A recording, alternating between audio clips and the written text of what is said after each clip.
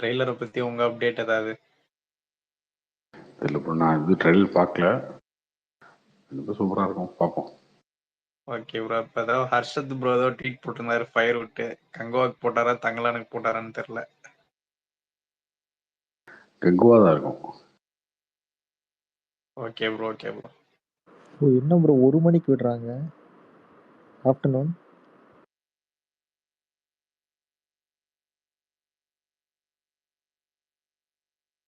அது தெரியலையே, டைமிங் ஏன் அப்படின்னு தெரியல. அது மூர்த்த நேரமாமே அது.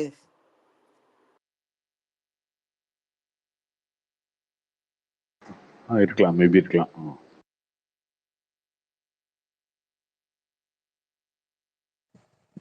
கார்த்தினா சொல்லுங்க ப்ரோ. ஆனா அந்த விடாமுயற்சி அப்டேட் பாத்தீங்கன்னா இன்னைக்கும் 10 தான் வந்துச்சு. இப்படியே ஓடுறாங்க, இதெல்லாம் ஒர்க் அவுட் ஆகும்னு நினைக்கிறீங்களா? நீங்க இல்லைன்னா அப்டேட் அப்படின்னு கேட்பீங்க. அதனால ஏதோ ஒன்று வாரம் ஒரு போஸ்ட் விட்டா சும்மா இருப்பீங்களா? தான் இல்ல இதே கண்டினியூ பண்ணுவாங்கன்னு நினைக்கிறீங்களா ரிலீஸ் வரைக்கும்? அப்டேட்ன்ற பேச்சுக்கே ஏதோ ஒன்று விட்டுட்டு இருக்காங்க ப்ரோ.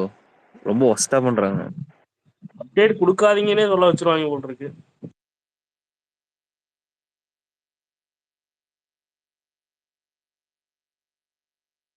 ஆமாம், இதெல்லாம் நார்மலாக ரிலீஸ் பண்ண வேண்டிய போஸ்ட் இது. இதுக்கு ஒரு டைம்லாம் போட்டு பண்ணும்போது நீங்கள் பெருசாக எதிர்பார்ப்பீங்க.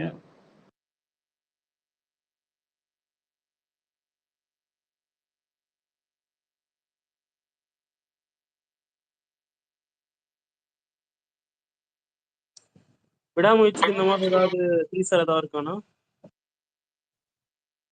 கண்டிப்பாக இருக்கு ப்ரோ, இல்லைன்னு டவுட்டு.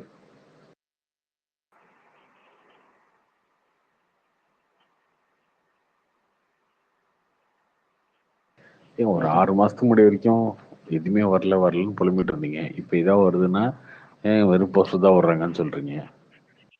சோஷியல் மீடியா ஆன்லைன் ஃபேன்ஸ்லாம் வந்து வர்றது எப்படிங்க எல்லாமே ஒரே திருப்திப்படுத்துறது? எதுவுமே பண்ண முடியாது இல்லையா? ரிப்பீட்டடா ஒரே மாதிரி இருக்க மாதிரி தோணுது, அதனால தான் கேட்குறோம்.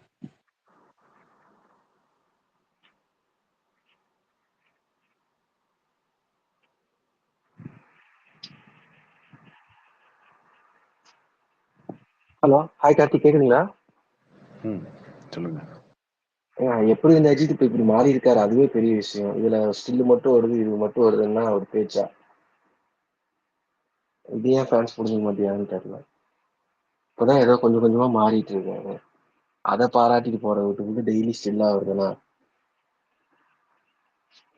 ஒரே நேரத்துல 2 படம் ஷூட்டிங்கும் நடிக்கிறாப்புல. எல்லாமே ஒரு சேஞ்சஸ் தானே, அப்டேட் வருது எல்லாமே. இவன் என்ன கேக்குறான்னு தெரியல, ஒரு படமே அப்டேட்டா விட்டுருன்னு பாப்பாங்க போல. அதுதான் இப்படிதான் இருக்கும்னு நினைக்கிறேன். கேக்குதுங்களா? கேக்குது. இதுதான் என்னோட ஆதங்கம். அப்டேட் வரலன்னா அப்டேட் வரலன்றாங்க, விட்டா இப்படி சொல்றாங்க. அது எல்லாருமே அப்படிதாங்க, சோஷியல் மீடியால எல்லாருமே அப்படிதான். ஆமா ஆமா. ஒரு நடிகர் எப்படி இருக்காரு, இப்ப எப்படி ஆயிட்டாருன்ற அதை பழசை யோசிக்க மாட்டேங்கிறேன். அதுதான் ஒரு இது. அதுக்கப்புறம் என்ன ப்ரோ, ராம்குமார் இது பேசி கேட்டீங்களா? காமெடியா இருக்கு. இது யூடியூப்லயா? நாங்க நினைச்சா ஒரு விஜய் கூப்பிட்டாரா, யோ எனக்கு ஒரு கதை சொன்னா பிரசன்ன பண்ணிட்டு போக போறாரு 5 நிமிஷம் விஷயம், இதுவரை ஒரு பேச்சா அப்படின்றாப்புல. விஜய் கூப்பிட்டு கேட்டானா உடனே ஒரு கதை ரெடி பண்ணி ஓகே சொல்லிடுவாங்க. ஒரு விஜய் ஃபேன் அப்படிதாங்க பேசுவாரு. நல்லா இருக்கு. அதுக்கு ரொம்ப ஓவரா இருக்கு. இல்லைங்க, யாரா இருந்தாலும் அப்படித்தானே பேசுவாங்க. விஜய் ஃபேனா இருக்கட்டும், எந்த ஃபேனா இருக்கட்டும், ரஜினி ஃபேனா இருக்கட்டும், அஜித் ஃபேனா, அவங்க வீட்டுக்கும் ஒரு விஷயத்து பேசுவாங்கல்ல. அதான் பிராக்டிக்கலா அது உண்மை கிடையாது. அதெல்லாம் தவிர்த்திருக்கலாம். அது ரொம்ப கட்சி எக்ஸைட்மெண்ட்ல ஒரு ஆரம்பிக்கிறதுக்கு விஷயத்த பேசுறது ஃபேக்ட் ஓகே. இல்லாம பேசுறது தப்பு தான். இல்ல, நான் இதை கட்சி ஆரம்பிக்கிறது போது பேசினா நான் பெருசா யோசிக்க மாட்டேன். கட்சி ஆரம்பிச்சவங்களும் இப்படி சும்மா இதையே நினைச்சா பிரசானியை கூப்பிட முடியும், நினைச்சா அட்லியை கூப்பிட முடியும். வாயா வந்து ஒரு பரமொழியான அட்லி பண்ணிட்டு போயிருவாரு அப்படின்னு சொன்னாரு. அப்புறம் அடுத்து நீங்க எஸ் சூர்யாட்ட அடிக்கடி பேசுவீங்கல்ல? ஆமா ப்ரோ, சொல்லுங்க நிமிஷம். அவரு ஏதாவது அஜித் பத்தி தான் சொல்லியிருக்காரா? ஏன்னா அஜித்தை பல பேட்டியில இப்போ உலகாய்ந்து சொல்லுவார், அப்பா அம்மாக்கு அப்புறம் அஜித் தான் என்னை வாழ வச்சுருக்கேன். இல்ல உங்கள்கிட்ட ஏதாவது அதை பத்தி பேசியிருக்காரா? ரொம்ப நாளா இந்த கேள்வி கேட்கணும்னு இருந்தேன். நிறைய சொல்லியிருக்காருங்க. அவரை பத்தி நிறைய பேசியிருக்காரு. எப்பயுமே அஜித் சார்ன்ற பேரை மாத்துவேன். நான் கூட அஜித்னு சொல்லுவேன். அவர் கூட அஜித் சார். நான் கூட நான் நார்மலா பேசும்போது நம்ம வந்து விஜய், அஜித், ரஜினி அப்படின்னு பேசுவோம்ல. அவர் அந்த பேர் அந்த வார்த்தையே மாற மாட்டாரு. என்ன பேசினாலும் அஜித் சார், விஜய் சார். நடிகை ஒரு 2 வருஷம் விசுவாசமா இருக்கலாம். இத்தனை வருஷமா ஒரு நிறைய வாழ்க்கை கொடுத்துறான்னு சொல்லி சொல்லி காட்டணும்னு அவசியமே இல்லை. இப்பயுமே அந்த ஹம்புலா சொல்லிட்டே இருக்கிறாரா? அது சரி, அதான் உங்கள்கிட்ட அதை பத்தி பேசியிருக்காரா அப்படின்றது கேட்டேன். ஏதாவது சொல்லியிருக்காரா? நிறைய சொல்லியிருக்காரு ப்ரோ.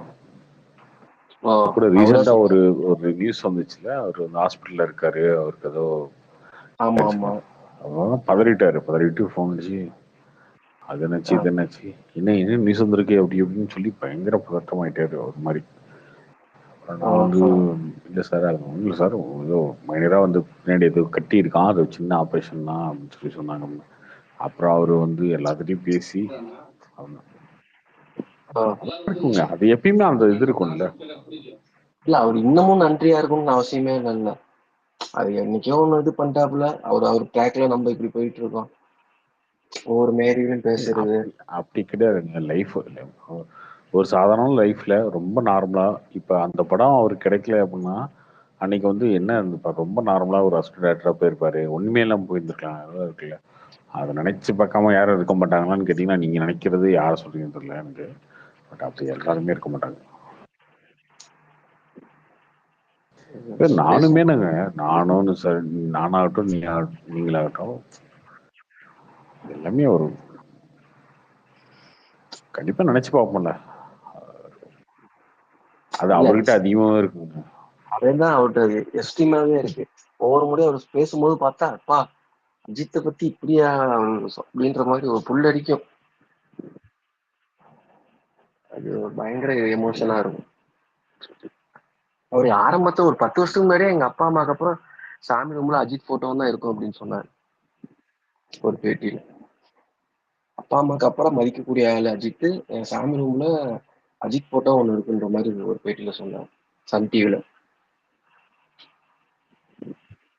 தெரியல ப்ரோ, அதெல்லாம் நான் பார்க்கல. அவர் சன் டிவில அஜித் பேட்டி கொடுத்தப்ப ஒரு நடிகரை அவரை பத்தி பேசும்போது இவர் பேசும்போது சொன்னாங்க.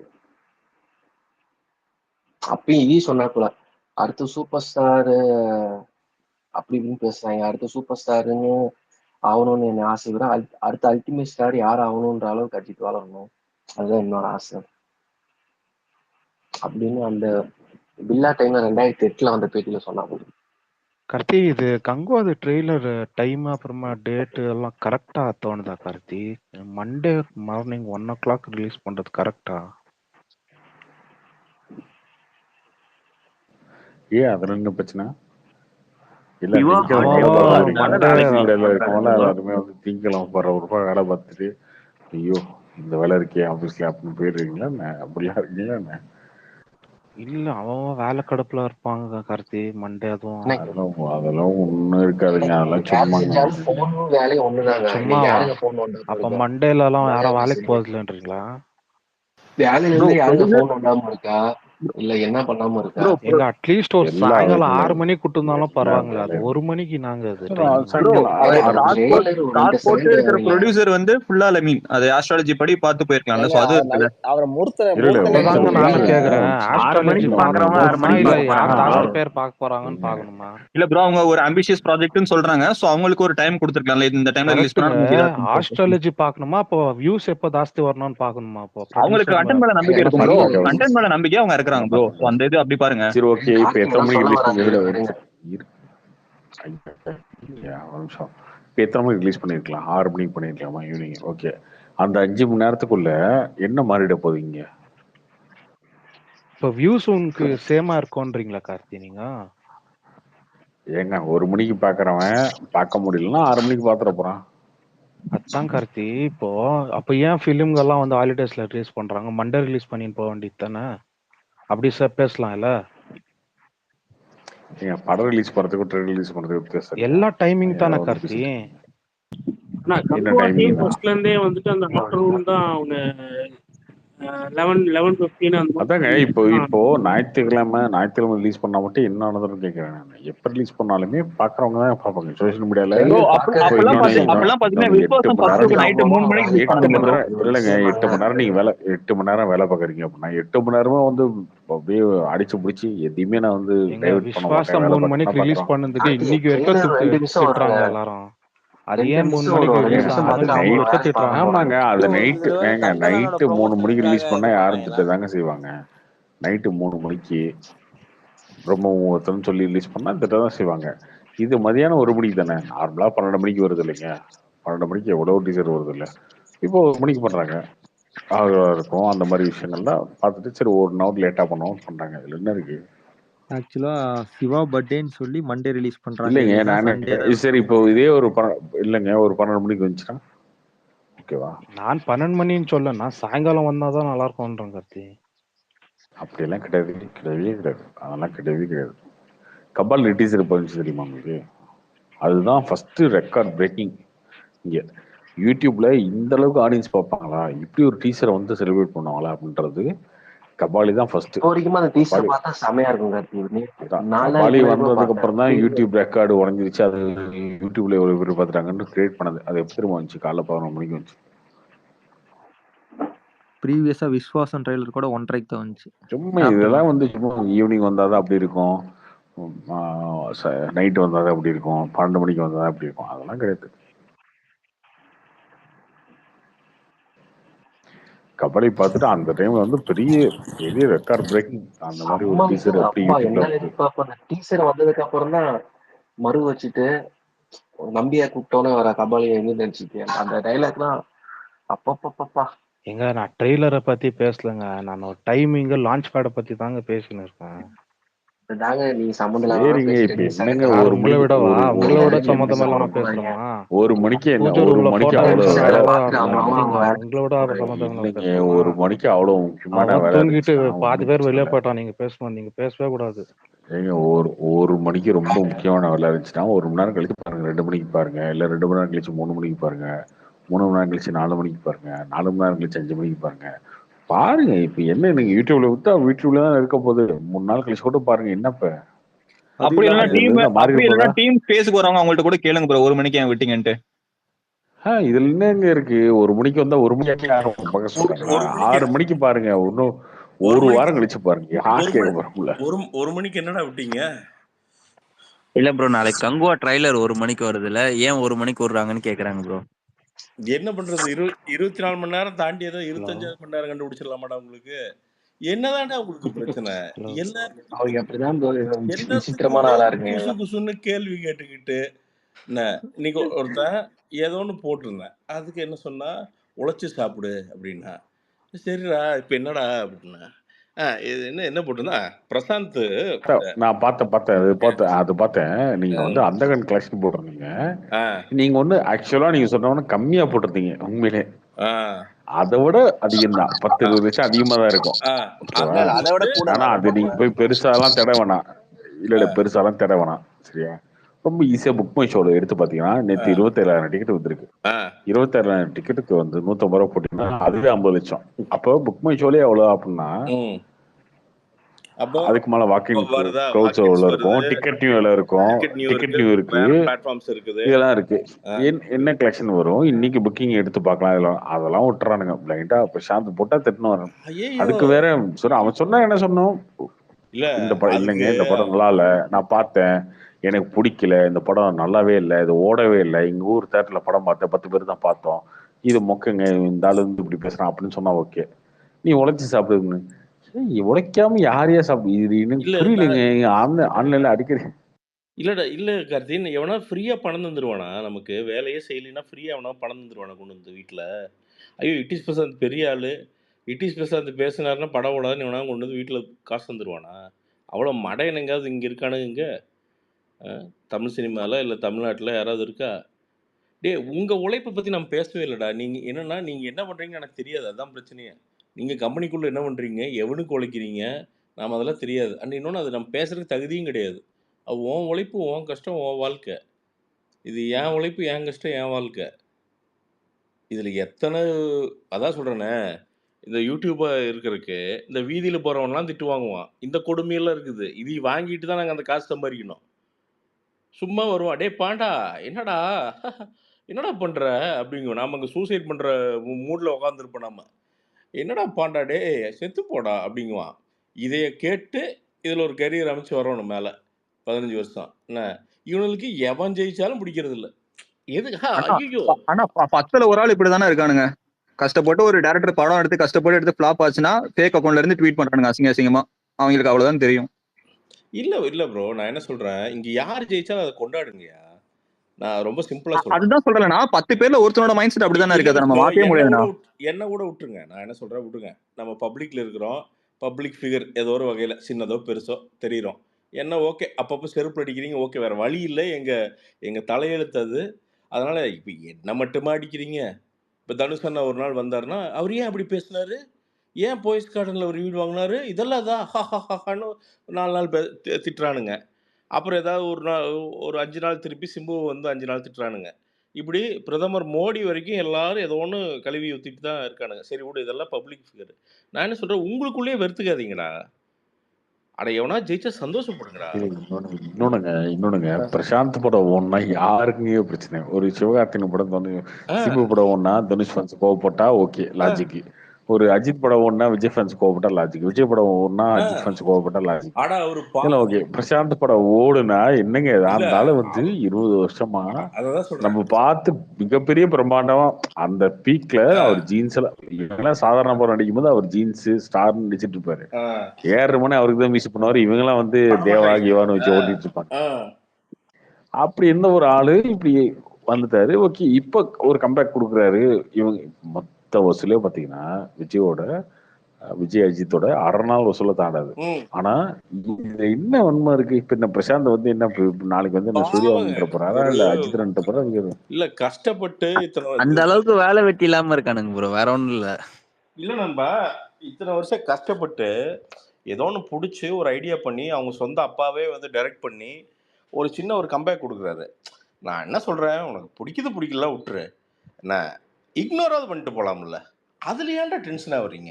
பாவம். ஆக்சுவலா அந்த படம் அவங்களுக்கு கம்ப்ளீட் லாஸுங்க. ஆ, அந்த இல்ல படத்தோட கார்த்தி, பட்ஜெட் வந்து 20 கோடி. அது அது புரியுது. பட் ஆனா என்னன்னா 20 கோடி ஓகேவா? ஆனா என்னன்னா அவங்க ம், அதெல்லாம் கேர் பண்ணவே இல்லை. ம், பையனுக்காக பண்ணணும் அப்படின்னு சொல்லிதான் அவர் தேவையான பண்ணார். ம், அதுதான் சொல்றேன். 20 கோடி 5 கோடி ரூபா ரைட்ஸ் பண்ணிட்டோம் அந்த படத்துக்கு.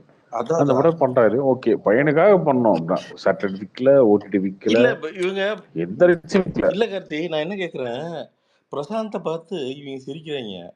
பிரசாந்த் அவங்க ஃபேமிலியோட 1 மாசம் வருமானம் தான் இவங்க மொத்த கெரியரே வருமானமாவே இருக்கும். பட் அவங்கள அதை போய் எங்கேயும் பெருமையா சொல்லிக்கிறது இல்ல. அவங்க வர்ற வாடகை வந்து ஒரு 4 மாசத்து வாடகை தான் உன் வாழ்க்கையே நீ சம்பாரிப்ப.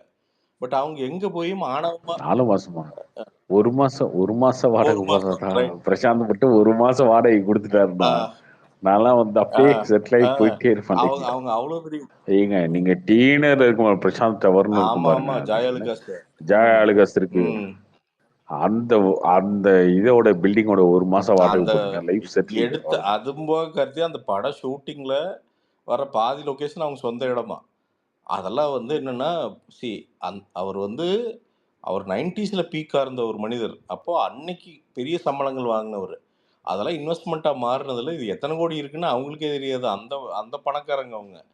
ஆனா அவர் எங்கேயுமே அத காட்டிக்கிட்டதே கிடையாது அவரு. நான் பணம் வச்சிருக்கிறேன் அப்படின்லாம் வந்து அவர் எங்கேயுமே காட்டிக்கிட்டது கிடையாது. எப்பவும் இப்பன்னு இல்ல. இந்த படம் வர்றதுக்காண்டி அவர் பேட்டிகள்ல மட்டும் கிடையாது. அதுக்கு முன்னாடி நாங்க கல்யாணத்துக்கு வந்திருந்தாரு. நானு, கார்த்தி இதெல்லாம் போயிருந்தோம். எப்பவுமே எல்லாத்தையும் பார்த்து பேசி நின்னு பேசிட்டு தான் போவாரு. அதான் குணம். பிரசாந்தோட குணமே அதுதான். அப்போ என்னன்னா, நம்ம எதுவுமே பண்ணல. நம்ம இப்ப தான் வாழ்க்கையில எடுத்து வைக்கிறோம். உடனே இன்னொருத்தன, "நீ இத பண்றியா?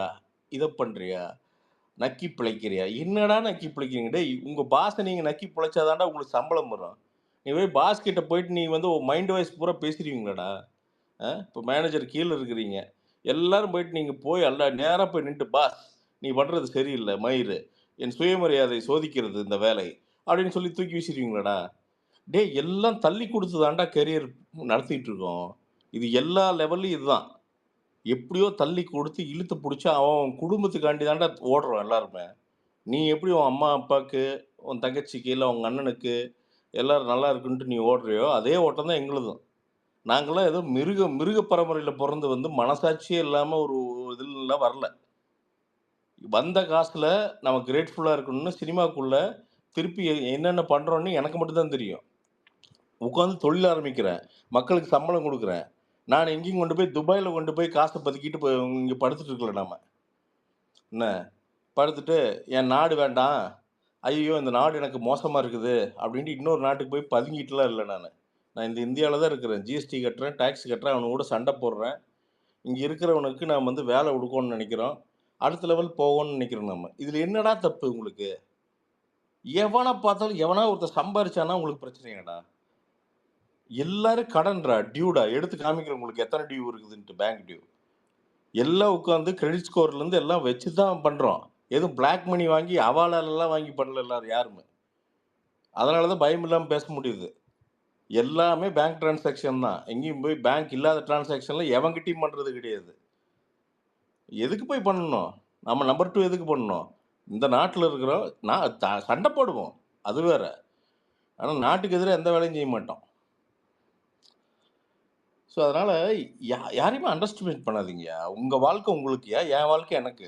கார்த்தி வாழ்க்கை கார்த்திக், ஐயப்பன் வாழ்க்கை ஐயப்பனுக்கு. அவன் சிரமப்பட்டு முன்னேறான். யாரையும் சபிக்காதீங்க. இப்படியா அப்படியா, உன்னால் இது நடந்துச்சு, என்னால் இது நடந்துச்சுன்னு. நான் சரி, நீங்கள் சப்போர்ட் பண்ணுற நடிகனுக்கு இப்போ இந்த நடிகை குஞ்சுகள்லாம் திருப்பி பேசுகிறாங்க நிறைய பேர், சில பேர்.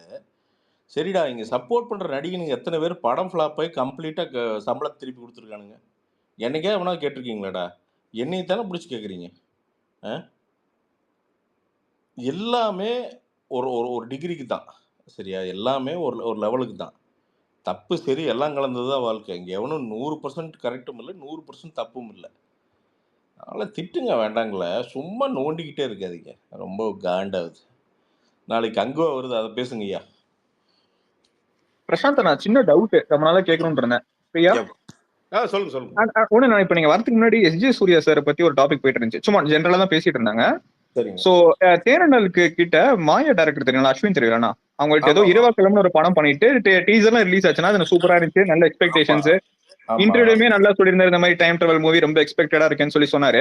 சோ இப்போ அடுத்து வந்து தேனண்டல் வந்து அடுத்த படம் அனௌன்ஸ்மெண்ட் கொடுத்துட்டாங்க, திருப்பி ஆடி வெளியும் கொடுத்துட்டாங்க, ஹவுஸ் கீப்பிங் கொடுத்துட்டாங்க. சோ இது என்ன ஸ்டேஜ்ல இருக்கு? இப்போ மூவி கண்டினியூ பண்ண முடியாதுன்னு சொல்றாங்க. அது எப்படி அது பாசிபிள்? ஹவுஸ் கீப்பிங் அந்த இவனா நம்ம அந்த இவரு ஹரிபாஸ்கர். ஆமா, இல்ல நான் என்ன சொல்றேன்னா, இந்த படம் கம்ப்ளீட் பண்ண முடியாதுன்றாங்க. அப்புறம் அடுத்த படத்துக்கு எப்படி பட்ஜெட் இருக்கும்? அந்த டவுட் இருக்கு. அது ஐ மீன் தெரியுமா உங்களுக்கு? அதை பத்தி தெரியுமா? இல்ல லீகாலிட்டியா வேற ஏதாவது, வேற யாராவது ஒருத்தர் இன்வெஸ்டர் வந்திருப்பாங்க, அதை வச்சு அப்படி நகர்த்தி கொண்டு போவாங்க. எல்லாம் இன்வெஸ்டர்ஸ் தான் ப்ரோ. யாருமே இப்போ ப்ரொடக்ஷன்னா சில டைம் வந்து வட்டி தருவாங்க ப்ரோ, சில டைம் இன்வெஸ்டர்ஸா வந்துருவாங்க. வந்துட்டு சரி இந்த ஒரு ப்ராஜெக்ட் நான் பண்றேங்க, நீங்க பேனர், ஏன்னா பேனர் இவங்க பெருசா தெரியும்ல உங்களுக்கு இந்தியா. சோ அந்த பேனர் யூஸ் பண்ணிட்டு ஒரு பார்ட்னர்ஷிப் போட்டு பிரிச்சுக்குவாங்க. இப்போ இந்த படமே ஆக்சுவலா பெரிய பட்ஜெட்ல இருந்திருக்காது. இப்போ நான் என்ன சொல்றேன்னா, இப்போ எஸ்ஜே சூர்யா சார் நினைச்சிருந்தா அவரே இன்வெஸ்ட் பண்ணி ஐ மீன் ப்ராஃபிட், ஐ மீன் அது அப்படி பண்ண முடியாது, ப்ராசஸே கிடையாது. அப்படி இல்ல ப்ரோ, அது அப்படி அந்த மாதிரி கிடையாது. ஓகே, இல்ல படம் ஓவர்டேக் பண்ணலாம். ஓகே கம்ப்ளீட்டா அந்த ஃபண்டை கொடுத்துட்டு ஓவர்டேக் பண்ணிக்குவாங்க.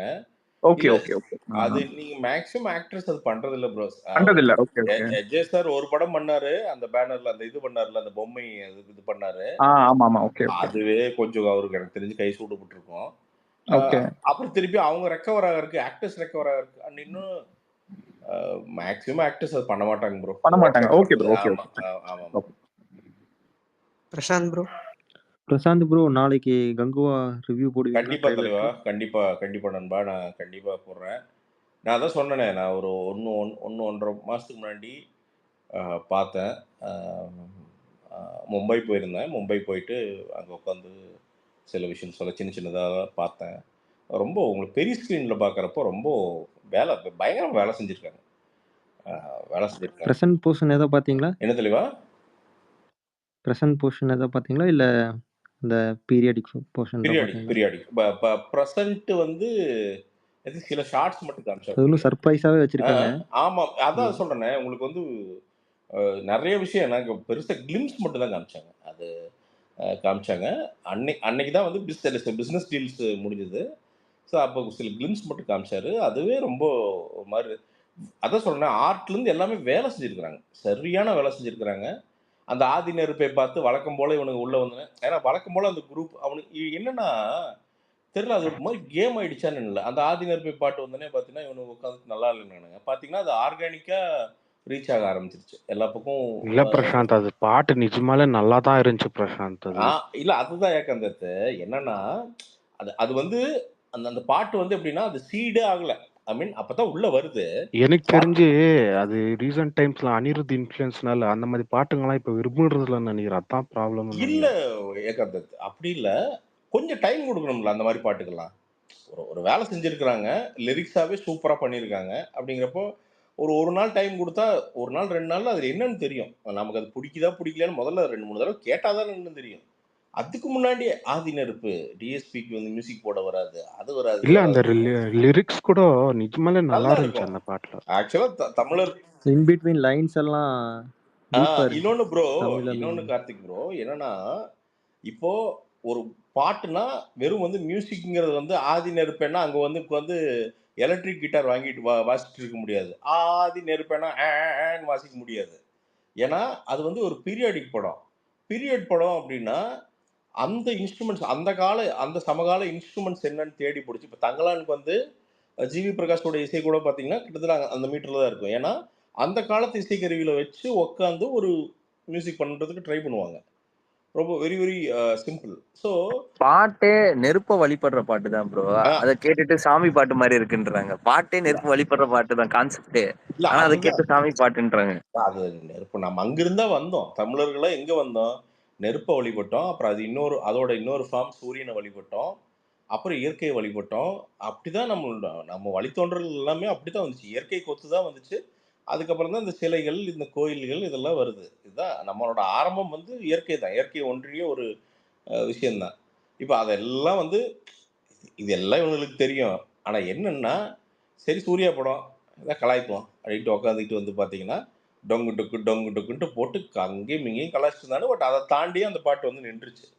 யூடியூப்ல பார்த்தேன். யூடியூப்ல ஆக்சுவலா இல்லைங்க, மனசாட்சி இல்லாம பேசிட்டு இருக்கீங்களேங்க. அந்த பாட்டு நல்லாவா இருந்துச்சு? விசில் பாட்டோட நல்லா தான் இருந்துச்சு நதீர். விசில் ஏன் ஏங்க ஏன் ஏங்க ஏன் இல்ல இல்ல இல்ல அது எங்க இல்ல இல்ல மனசாட்சி உங்களை இல்லாம எல்லாம் பேசாது. எப்படிதான் ஏன் டீல் நல்லா இல்ல? பண்ணோம். இல்ல இல்ல லால் ஏன் நல்லா சலாம் இல்ல? கலெக்ஷன் தெரிஞ்சிச்சா இல்ல இல்ல நதீர்? பரவாயில்ல பரவாயில்ல. ஓகே நான் நதீர் உங்க ஈட்டி ஒப்பீனியன் கலெக்ஷன் தெரிஞ்சிச்சா நதீர்? இல்லைங்க இல்லைங்க உங்க ஒப்பீனியன் நான் மதிக்கிறேன். என்ன ஏன் நான் கிங்சாங் ஏன் அடிக்க வந்துட்டீங்களா நீங்க? உங்களுக்கு என்ன இல்ல கான்டெக்ட்னே தெரியாது. இல்லைங்க லால் ஏன் சலாம் நல்லா இல்ல? கலெக்ஷன் நதீர். இல்ல வெயிட் பண்ணுங்க நதீர், ஏன் நல்லா இல்ல அதை மட்டும் சொல்லுங்க. நீங்க விசில் போர்டு ஏன் நல்லா இல்லைன்னு சொல்லுங்க. நீங்க விசில் போர்டு வந்த போல எல்லாரும் எப்படி அடிச்சீங்க? என்னது விசில் போடு? விசில் போர்டு பாட்டு வந்தப்போ எல்லாரும் எப்படி அடிச்சீங்க? விசில் அது ஏன் நல்லா போடும் இல்ல? ஆதி நெருப்பும் இது எப்படி ஈக்குவேட் பண்ணுவீங்க இந்த ரெண்டு அது பாட்டையும்? நீ எங்க புரியல. நீங்க எப்படி ஈக்குவேட் பண்ணுவீங்கன்னா நீங்க எந்த எந்த பேசிஸ்ல பேசுறீங்க? இல்ல நீங்களும் தியேட்டர்ல பார்த்தா தானே முடிவு பண்ணோம் இப்போ இல்ல விசில் இல்ல போட. இல்ல இல்ல நான் ரொம்ப சிம்பிளா கேக்குறேன். நான் என்ன கேக்குறேன்னா, இல்லைங்க நான் விசில் போட மோசம் நான் சொல்லிங்க. நான் எங்கேயாவது சொன்னேன்னா? நான் ஆனா என்ன பத்தி தான் பேச முடியும். விசில் போர்டு மோசம் அடிச்சாங்களா இல்லையா எல்லாரும்? யார் அடிச்சா? இங்க இந்த ஸ்பேஸ்லயே அடிச்சாங்களே எல்லாரும். சில அடிச்சவனை கேளுங்க, என்ன ஏன் கேக்குறீங்க? நான் அடிக்கல. அடிச்சவன் யாரோ அவனை இப்ப தான் கேட்கணும். இப்ப ப்ரோ நீங்களுமே என்ன பிரசாந்த் ப்ரோ. இப்ப நீங்களுமே என்ன சொன்னீங்க? விசில் போர்டு இதே நீங்க எப்படி கம்பேர் பண்ணுவீங்க? நீங்க எப்படி கேட்கலாம் இப்போ? இல்ல அததாங்க சொல்றேன். இது ரெண்டு பாட்டுங்க அது. நான் என்ன ஏங்க கேக்குறீங்க? நான் வந்து விசில் போட பத்தி எந்த கமெண்ட்டுமே நான் பாஸ் பண்ணலையே. நான் பொதுவா சொன்னேங்க. நீங்க பொதுவானா பொதுவா அவங்க கிட்ட கேளுங்க. இப்ப சூர்யா சார் ஃபேன்ஸ் யாராவது இருந்தாங்கன்னா அவங்க கிட்ட கேளுங்க. அவங்க சொல்லுவாங்க, பதில் சொல்லுவாங்க. நான் இப்பவுமே சொல்றேன், கோட்டுடைய பாட்டுகள் நம்ம எதுவுமே வந்து பாத்தீங்கன்னா அண்டர் எஸ்டிமேட்டே பண்ண முடியாது. இன்னும் பெரிய ஸ்கிரீன் இருக்குது, வரணும், படமா வரணும். அப்போ எல்லாமே கலர் மாறினா மாறதுக்கான வாய்ப்பு நிறைய இருக்குது. இல்ல ஏன்னா பிரசாந்த், இவர் தான் நீங்க வந்துட்டு அந்த ஃபயர் சாங்க பத்தி கேவலமா பேசுனது நதீர் தான். நதீர் ஏங்க பிரதர் தான். நீங்க வந்தீங்களா? நீங்க அதெல்லாம் ஒரு பேசிக்கே நீங்க பாட்டா? வரல. சும்மா சிங்சாங் அதெல்லாம் அடிச்சுக்கிட்டே பாட்டா? இருக்காதீங்க. சும்மா இந்த சும்மா. வார்த்தை நானும் விட்டீங்களா அப்படி இல்லையா அப்படி நீங்க? இல்ல அதெல்லாம் நீங்க ஒரு கம்பேர் பாட்டான்னு நீங்க பண்ணும்போது விட்டீங்களா இல்லையா? பாதியில பேசிட்டு இருக்கீங்க. இல்லைங்க அதெல்லாம் ஒரு அதெல்லாம் பாட்டா நடக்கவே நீங்க செய்யாது. சொன்னீங்களா இல்லையா? இல்ல ரொம்ப அபத்தமானதுங்க. அன்னைக்கு அவங்க வம்புழுத்ததுக்கு நான் பதில் சொன்னேன். நானா வந்துட்டு ஓகே. பாட்டு நல்லா இல்லைன்னா விசில் நானா போர்டு வந்து வச்சுக்கின்னு ஸ்பார்க்கா என்னது அந்த பாட்டால வச்சுக்கின்னு நீங்க பேசலாமா? இல்ல ஸ்பார்க்கு ஹிந்தில நல்லா தாங்க இருக்கு. இல்ல ஆமா உருட்டுங்க. உங்க ஃபயர் சாங்குக்கு ஸ்பார்க்லாம் 10,000 தடவை கேட்பானாம். அப்ப வந்து ஃபயர் சாங் பரவாயில்லன்னு நான் சொல்றேன். நான் என்ன சொல்றேன், இது ரெண்டு ஆர்குமெண்ட்டுமே வந்து ரொம்ப மடத்தனமான ஆர்குமெண்ட். ஏன்னா இது ஒரு மாடர்ன் ஸ்டோரிக்காண்டி போடப்பட்ட மாடர்னான பாட்டு, கோட்டு பாட்டு. அது ஒரு ஒரு பீரியட் ஃபிலிம். அதுக்கு போடப்பட்ட பாட்டு வந்து ஃபயர் சாங். இல்ல இத பிரசாந்த், ரெண்டையும் இன்னொரு 5 நிமிஷம் வெயிட் பண்ணுங்க. அவர் வந்து இன்னொரு 2 கொஸ்டினோட வருவாரு. லால் சலாம் கலெக்ஷன் எவ்வளோ, ஈட்டி ஏங்க கலெக்ஷன் எவ்வளோன்னு சம்பந்தமே வருவாரு. இல்லாம உளறிட்டு இருக்கீங்க. நீங்க நான் அதை தான் ஃபயர் சாங் பத்தி கேட்பீங்க. பேசினதுக்கு ஃபயர் சாங் டைம் பத்தின பாஸ்ல ஒப்பீனியன் இருக்கிறவங்க மட்டும் தான் நான் எல்லாருக்குமே பேசுறேன். தெரியும் அந்த இல்லைங்க. 2 ஏங்க ஏக்நாத்தா நீங்க ஏங்க சம்பந்தமே எல்லாம் பேசிட்டு இருக்கீங்க. நான் ஃபயர் இல்ல சாங் இல்ல என் நதீரு. ஒப்பீனியன் இல்ல நான் தெரிஞ்சுச்சா நான் அட்லீஸ்ட் இப்போ அட்லீஸ்ட் எவ்வளோன்னு கலெக்ஷனு? இல்ல நதீரு, நான் என்ன கேக்குறேன், இது ரெண்டுக்கு ஏன் ஈக்குவேட் பண்றீங்க? இதை எனக்கு பெரிய காமெடியா இருக்கு. ரெண்டுமே வேற வேற ஜானர் படங்கள்யா. ரெண்டுமே வந்து சுத்தமா வேற ப்ரொடக்ஷன், வேற சம்பந்தமே இல்லாத ரெண்டு துருவங்கள். அது அதை ஏன் ஈக்குவேட் பண்ணிட்டு இருக்கீங்கன்னு நான் கேட்குறேன். ஏன் உங்க பாட்டை அவன் கொண்டாட முடியாதா? இன்னொரு பாட்டை கம்பேர் பண்றதுக்கு பொதுவா அவன் பாட்டை கொண்டாடவே முடியாதா? உங்களால கொண்டாடிட்டீங்கன்னா அதை அன்னைக்கு உலகம் அழிஞ்சிருமான்னு கேட்குறேன் நான். அவங்க சும்மா இருந்தாங்களா? அவங்க விசில் போட அடிச்சுட்டு நீங்க தானே தாங்க இருந்தாங்க. ஆரம்பிச்சிருந்து. நான் இல்ல ஒத்துக்க மாட்டேன். நான் ஃபயர் சாங் திருப்பியும் எல்லாம் ஒரு கேட்குறேன். அந்த பாட்டா ரெண்டு நீங்க தான் ஆரம்பிச்சீங்க. இல்ல ரெண்டு குரூப்புக்குமே நான் கேட்குறேன் ஃபயர் நான். சாங் பத்தி அன்னைக்கு பேசவே இல்லைங்க. நீங்க இல்ல அன்னைக்கு சூர்யா பேசுனீங்க, சொன்னது உங்களுக்கு தான் நான் அதெல்லாம் ஒரு பேசினேன். பாட்டா நீங்க கேட்டீங்க. நான் அது திருப்பியும் சொல்றேன் தலைவா. பாட்டுக்களை மட்டும் அப்படி நாம வந்து திடீர்னு அண்டர் எஸ்டிமேட் பண்ணவே முடியாது. ஏன்னா நல்லா பாருங்க, அசுரன் இது நம்ம இப்போ வந்த பாட்டு ராயன் பாட்டு ஃபர்ஸ்ட் வந்தப்போ, அந்த அடங்காத அசுரன் பாட்டு வந்தப்பெல்லாம் என்னடா இது அப்படின்னு நம்ம சொன்னோம். அப்புறம் அது எங்க பிக்கப் ஆகி எங்க வந்து நிக்குதுன்னு மட்டும் பாருங்க. நீங்க நீங்க நீங்க சொல்லப்போனா வாத்தி கம்மிங் பாட்டே வந்து பாத்தீங்கன்னா இனிஷியலா அது பெருசா ஃபேமஸ் ஆகல, அப்படியே தான் நின்னுச்சு. அப்புறம் இந்தியன் ப்ரோ கிரிக்கெட்டர்ஸ் வந்து அது ஒருத்தர் கமெண்ட் பண்ணாங்க. போட்டிருக்காரு, நீங்க ஏதோ வலிமை சாங்க ட்ரோல் பண்ணீங்களாம்ல? எந்த சாங்கு? வலிமையில சாங் ரிலீஸ் ஆனப்போ நீங்க ட்ரோல் பண்ணிருக்கீங்களாம்ல? என்ன நீங்களே இப்படி ட்ரோல் பண்ணிருக்கேனா? எடுத்து காமிக்க சொல்லுங்க.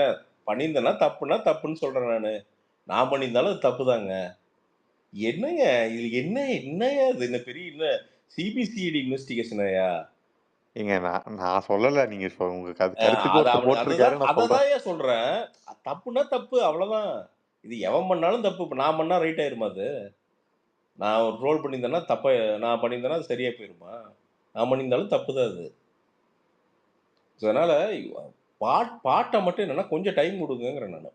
பாட்டை வர்றதுக்கும் கொஞ்சம் க்ரோ ஆகட்டும். அது உங்களுக்குள்ள க்ரோ ஆச்சுன்னா, எனக்கு தெரிஞ்ச இந்த விசில் போர்டு பாட்டெல்லாம் மேபி தியேட்டர்ல போகும்போது சுத்தமா சூப்பரா இருந்திருக்குது. அவ்வளவுதான். நான் வலிமை சாங் எங்கேயா ட்ரோல் பண்ணேன்? ராண்டி எந்த வலிமையில எந்த பாட்டை நான் ட்ரோல் பண்ணேன்? ஏதாவது மேபி இருந்தா ஃபர்ஸ்ட் எடுத்து பாட்டு காமிங்க. சொல்லியிருப்பீங்கன்னு நினைக்கிறேன் ப்ரோ. இந்த வேற மாதிரி அந்த பாட்டு சொல்லியிருப்பீங்கன்னு நினைக்கிறேன். அப்படியா? இல்ல தெரியல, பட் இருக்கலாம் அந்த இல்லைங்க மாதிரி. இல்லைங்க, நான் மேக்ஸிமம் பாட்டை பத்தி எல்லாம் பேசவே மாட்டேங்க. ஓகே, எனக்கு பெட்டரா தெரிஞ்சு ரிவ்யூல சொல்லியிருப்பீங்க ப்ரோ. வேற மாதிரின்னு சொன்ன உடனே வேற மாதிரி சாங் வந்துச்சுன்ட்டு. ஓஹோ அத சொல்றாங்க போல. ஓ, அத சொல்றாங்களா? அது வந்து படம் வந்ததுக்கு அப்புறம் பேசுறேன். என்ன, படம் வரவே இல்லை, நாம ஏன் பேசிக்கிட்டது? அவ்வளவுதான். படம் பக்கத்துல போக போக பாட்டோட கலர் மாறும். இப்போ ட்ரெய்லர் வந்ததுன்னா அதோட அப்ரோச் வந்து மாறும். ஸோ அப்படி. சரி, நம்ம பாசிட்டிவான விஷயங்கள் பேசுவோம். என்னன்னா நாளைக்கு கங்குவா ரிலீஸ் ஆக போகுது ட்ரெய்லரு. நல்லபடியா பிரசாந்த் ப்ரோ, ரிலீஸ் அதுக்கு ஆகுது. முன்னாடி ஒரு நல்லபடியா. நிமிஷம் பிரசாந்த் ப்ரோ. ஏக்நாத், நீங்க வந்து சூர்யா ஃபேனா, ரஜினி ஃபேனா, இல்ல விஜய் ஏட்டரா?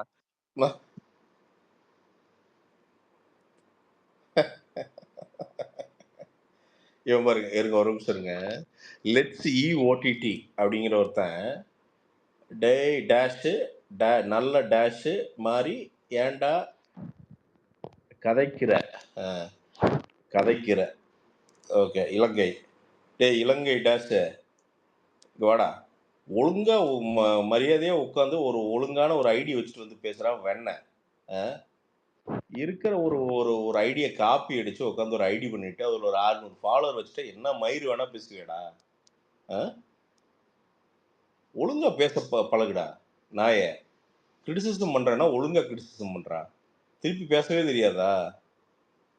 உன்னோட தலைகீழ பேச தெரியும், பின்ன அதுக்கு பின்ன சண்டை போட்டுக்கலாமா? லூசு பாயில. ஒழுங்கா பேச. பிரசாந்த் ப்ரோ, சொல்லுங்க ப்ரோ. ப்ரோ நாளைக்கு சைட்ல 10K ஆர்டர்ஸ் அச்சீவ் ஆயிருச்சு. தேங்க்யூ, ரொம்ப தேங்க்யூ. 10,000 ஆர்டருங்க. 4 வருஷம். 2021 April 14th Tamil new year அப்போ ஆரம்பித்தோம். I think lowest point of my லைஃப்ங்க. பர்சனலாக மரண ட்ராஜடி பர்சனல் லைஃப்பில் ப்ரொஃபஷ்னலாக அப்போ தான் உடம்பெல்லாம் சரியாகி அப்போ தான் இந்த கொரோனாலாம் போய் கம்பெனி போய் உட்காந்து டிசம்பரில் வந்து பண்ண ஆரம்பிக்கிறோம். டிசம்பரில் பண்ண ஆரம்பிக்கிறப்போ வெப்சைட் நம்மகிட்ட இல்லை. ஸோ இன்னொரு பையன் வெப்சைட்டில் போட்டு விற்க ஆரம்பிக்கிறோம். ஸோ அந்த ஆர்டர்ஸ்லாம் இதில் கணக்கு வந்திருக்காது. அது நல்லா போச்சு. கிட்டத்தட்ட 100-200 ஆர்டருக்கு மேலே போச்சு. கையில் காசே இல்லை. அந்த அந்த ஆர்டர்லாம் விற்று தான் கொஞ்சம் காசு வருது. அப்படியே புரட்டுறோம். அப்புறம் ஜான்வரி, பிப்ரவரி எல்லாம் வந்து பார்த்தீங்கன்னா, எனக்கு மாஸ்டர் பாருங்கள், விஜய் அண்ணன் வந்து எங்கிருந்தெல்லாம் ஹெல்ப் பண்ணுறேன் அப்படின்னு. மாஸ்டருக்கு ஒரு 1000 டிஷர்ட் ஆர்டர் வந்துச்சு. ஐ மீன் இன்னொருத்தர் ஒரு மேனுஃபேக்சரருக்கு பண்ணி தந்தோம். அது பண்ணோம். அது கொஞ்சம் காசு வந்துச்சு.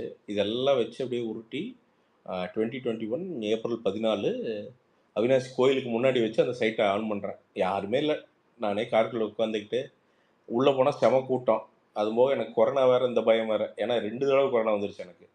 ஸோ அதனால் எனக்கு பயம். அதனால் போகாமல் வெளியிலேயே காருக்குள்ளே உட்காந்து சாமி பார்த்துக்கோ அப்படின்னு சொல்லிட்டு ஆன் பண்ணி ஆவரேஜாக அப்படியே அந்த சேல்ஸ் வேல்யூ வந்து ரைஸ் ஆகிட்டே தான் இருக்குது. இந்த வருஷம் இப்போ போன வருஷத்தை கம்பேர் பண்ணால் இந்த வருஷம் இப்போவே ஒரு 60% ஜாஸ்தியாக பண்ணியிருக்கோம் சேல்ஸ் வால்யூம் பொறுத்த வரைக்கும். ஸோ மொத்தம் 10,000 ஆர்டர் இது வரைக்கும் ரீட்டைல் ஆர்டர்ஸ் வந்து வந்திருக்குது. கஸ்டமர்ஸாக வந்து ஒரு 16,000 கஸ்டமருக்கு மேலே வந்துட்டாங்க. ரொம்ப பெரிய திரும்பி பார்த்தா நாமளாக இதை பண்ணது அப்படிங்கிற மாதிரி இருக்குது. ப்ரோ ஃபியூச்சர்ல ஹோல்சேலா பண்ற மாதிரிலாம் ஏதாச்சும் ஐடியா இருக்கா ப்ரோ? இப்போ தனியா வச்சு பண்றீங்க, கடைங்களுக்கு சப்ளை பண்ற மாதிரி உங்க பிராண்ட் அப்படியே இது பண்ணலாம்ல? கடைங்களுக்கு 100% பண்ண முடியும் நண்பா. என்னன்னா ஒரே விஷயம் என்னன்னா அந்த பேமெண்ட் டேர்ம்ஸ் இதெல்லாம் தான் ஒரு பயம். அவ்வளோதான். எனக்கு இப்போவே எப்படின்னா ஒரு 4-5 கடைகளுக்கு வந்து கொடுத்து நம்மளது ஒரு ரேக் போட்டுடலாமா அப்படின்னு பார்க்குறேன். சரி, அது ஏதாவது வரவு செலவில் மனசங்கடமாயிருமோ அப்படிங்கிற ஒரே காரணத்துக்காண்டி தான் பேசாமல் இருக்கேன். இல்லாட்டி மெட்ராஸ்லேயே 2-3 பேர் கேட்டாங்க, நாங்கள் ஒரு ரேக் போட்டு தரோம் ப்ரோ அப்படின்னு. ஐ மீன் அவங்க எனக்கு ஹெல்ப் பண்ணுறதுக்கு கேட்டாங்க. இந்த பேட் பாய்ஸ்னு ஒரு கடை இருக்கு போல், அந்த பசங்க கேட்டாங்க கேகே நகரில் கேட்டாங்க பண்ணி தரேன். ப்ரோ ஆஃப்லைன் ஸ்டோர் எப்படி ப்ரோ போகுது உங்களுது ரோட்ஸுக்கு? Not bad bro, not bad. என்ன ப்ரோ இல்லை பரவாயில்லைங்க. இந்த ஒரு 3-4 மாசமா நல்ல பிக்கப்பு. அது அந்த ஸ்டோரோட காஸ்டிங் எல்லாமே அது பார்த்துக்குது. எனக்கு அதுவே சந்தோஷம். அவ்வளோதான் நான் எதிர்பார்த்தேன். அது அந்த அளவுக்கு வந்துருச்சு. இத்தனைக்கும் அது வந்து பார்த்தீங்கன்னா ஒரு தனியாக செக்லூடடாக தான் இருக்கும். ரோட்டு மேலே தான் இருக்குது. பட் எந்த பெரிய கடைகள் இதெல்லாம் பக்கத்தில் எதுவுமே இருக்காது. பக்கத்தில் ஒரு அரிசி மண்டி இருக்கும், அவ்வளோதான். சில நாள்லாம் வந்து பார்த்தீங்கன்னா எங்கள் கடைக்கு முன்னாடி ஒரு அக்கா வந்து மாவு விற்பாங்க. எங்கள் கடை சேல்ஸில் விட மாவு சேல்ஸ் ஜாஸ்தியாக இருக்கும்.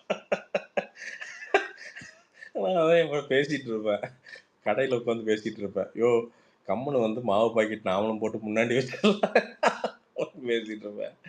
பட் இடையில டேன்னு சவுண்ட் வந்துச்சு. யாரு? கார்த்தி ப்ரோ அது? அப்படியா? அவன் ஏதோ வெறுப்பில் இருக்கான் போல. கார்த்தி தான். ஸோ அதனால உங்களை சொல்லிங்க, விஜய் சொன்னங்க. அதான் விஜய் தான். நீங்க கூப்பிட்டீங்களோ? அதான் கேட்டேன். அது அப்ப சொன்னதுங்க. அது அப்படியே சொன்னது இப்பதான் தெரியுதாட்டு. அதனால உங்களுக்கு அப்பயே கேட்டுச்சுல்ல? எனக்கு இப்பதான் கேட்டுச்சு. அருமை. பெங்களூர்ல இருக்கு இல்ல விஜய், அது தூரமா இருக்கு இல்ல, அதனால லேட்டா கேட்டு. ரொம்ப லேட்டா வந்து கேக்குது. அதனால ப்ரோ இன்னைக்கு விக்ரம பிரஸ் மீட்ல மூஞ்சி சுளிக்கிற மாதிரி எல்லாம் கேள்வி கேட்டாங்க, அதை பாத்தீங்களா ப்ரோ? உங்களுக்கு ஃபேன்ஸ், உங்களுக்கு இவங்களை விட ஃபேன்ஸ் கம்மியா இருக்காங்க அப்படின்னு மூஞ்சிக்கு முன்னாடியே சொல்லிட்டாங்க. ஒரு மாதிரி ஆயிடுச்சு அவருக்கு. இல்ல எல்லாம் எண்ணி வச்சிருக்கானுங்களா எல்லாம் கேக்குறேன் நானு. கேள்வி கேட்டவனுக்கு பூரா என்ன இந்த என்னது ஜாதிவாரி கணக்கெடுப்பு மாதிரி இது இவ்வளவுதான் ஃபேன்ஸ் அப்படின்னு கணக்கெடுத்து ஏதாவது வந்து ஏதாவது ஓட்டிங் இது மாதிரி ரெஜிஸ்டர் பண்ணி வச்சிருக்காங்களா? விக்ரம் சாரோட மிக இல்ல, நீங்க எப்ப வளர்ந்து வருவீங்கன்னு வேற கேட்டாங்க ப்ரோ. இல்லைங்க, அததான் சொல்றேங்க. விக்ரம் சார் அவரோட மிகப்பெரிய பலம் என்னன்னா எல்லா ஸ்டாரோட ஃபேனும் அவரோட ஃபேனு. அதுதான் அவரோட மிகப்பெரிய பலமே. ஏன்னா அவர் வந்து ஒரு கண்டென்ட் ஓரியன்ட் ஹீரோ. அதாவது இன்னைக்கு வந்து ஹீரோக்கள் மாறுற ஒரு விஷயம் இருக்குல்ல, இதை வந்து அவர் 5-10 வருஷத்துக்கு முன்னாடியே அவர் பண்ணிட்டார். அந்த மாடிஃபிகேஷனை அன்னைக்கே பண்ணிட்டார். ஸோ அந்த கண்டென்ட்ல வந்து அவர் உட்காந்து அந்த கண்டென்ட் ஹிட் ஆயிடுச்சுன்னா பாரபட்சமே இல்லாமல் எல்லா ஸ்டாரோட ஃபேனும் உள்ளே போய் உட்காருவான். அப்போது ஃபேனுங்கிறதுக்கு முதல்ல என்ன அளவுகோல், அதை முதல்ல தெரிஞ்சுக்கணும். உண்மையா மனசாட்சி தொட்டு சொல்லுங்க. எல்லாரும் ஒரே ஒரு ஸ்டாரா அவன் தான் என் உயிர் அப்படின்லாம் யாருமே இருக்க மாட்டோம். எல்லாத்துக்குமே 3, 5, 6 பேர்த்த பிடிக்கும் உண்மையாலுமே. சிலவங்கள கொஞ்சம் ரொம்ப பிடிக்கும். அதனால வந்து வெளியில வந்து பப்ளிக்கா நான் இவரு ஃபேன் அப்படின்னு சொல்லுவோம். ஆனா ஜென்ரலாவே இப்ப நெறைய விஜய் ஃபேன்ஸுக்கு அஜித் சாரோட படங்கள் பிடிக்கும். நெறைய அஜித் ஃபேன்ஸுக்கு விஜய் சாரோட படங்கள் பிடிக்கும். அது மட்டும் இல்ல. இன்னொரு பிளஸ் ஒரு 3 ஹீரோ. விஜய் சேதுபதியோட படங்கள் கிட்டத்தட்ட அவர் விஜய் சேதுபதி நல்லா நடிச்சா எல்லாத்துக்குமே பிடிக்கும். எல்லாருமே போய் பார்ப்பாங்க. அப்போ இது என்ன மடத்தனமான ஒரு கேள்வி இது. இன்னைக்கு வந்து உலகம் வந்து கன்டென்ட்க்கு மாறிட்டு இருக்கிற ஒரு உலகம் இது. இதுல ஸ்டார்ஸ் அப்படிங்கிறதெல்லாம் இனி இல்லாம, அந்த கன்டென்ட் அந்த ஹீரோ அந்த சின்சியரா இருந்தான்னா, அதை வந்து எல்லாருமே அப்ரிஷியேட் பண்ற ஒரு உலகத்துல, இங்க போய் உட்காந்துக்கிட்டு உங்களுக்கு வந்து ஃபேன்ஸ் இருக்கிறாங்களா? என்ன நாளைக்கு வந்து இந்த சட்டசபையில வந்து இந்த ஸ்ட்ரென்த் காமிக்கிற மாரி நாளைக்கு என்ன லாரியில கொண்டு வந்து நிறுத்தி வச்சுட்டு பார்த்தீங்களா? 20 லாரி நிக்குது. இவங்கலாம் என் ஃபேன்ஸ்ன்னு விக்ரம் சார் காமிக்கணுமா? இல்ல இது என்ன மாதிரியான அதும்போக நான் இது கூட பார்த்தேன். அந்த கன்ல அவங்க பிரியானந்த் ஒரு கேள்வி ஏதோ ரொம்ப அன்கம்ஃபர்டபுளா கேட்டிருந்தாங்க. இல்ல ப்ரோ. கேளுங்கயா. இந்த பிரஸ் பீப்பிள்ஸ்லாம் எங்க போய் கேள்வி கேட்கணுமோ அங்க கேட்காம, யார்ட்ட ஈஸியா போய் இது பண்ண முடியுமோ அங்க போய் இது பண்றாங்க. வாய பொளந்துருவாங்கல்லங்க. இப்ப கவர்ன்மெண்ட் கிட்ட போய்ங்க, நீங்க உண்மையா கவர்ன்மெண்ட் கிட்ட போய் நின்னுங்க மைக்க புடிச்சு, "ஏய்யா இப்படி இருக்குது? ரோடெல்லாம் பிஞ்சிட்டு வருது. என்னய்யா பிரச்சனை?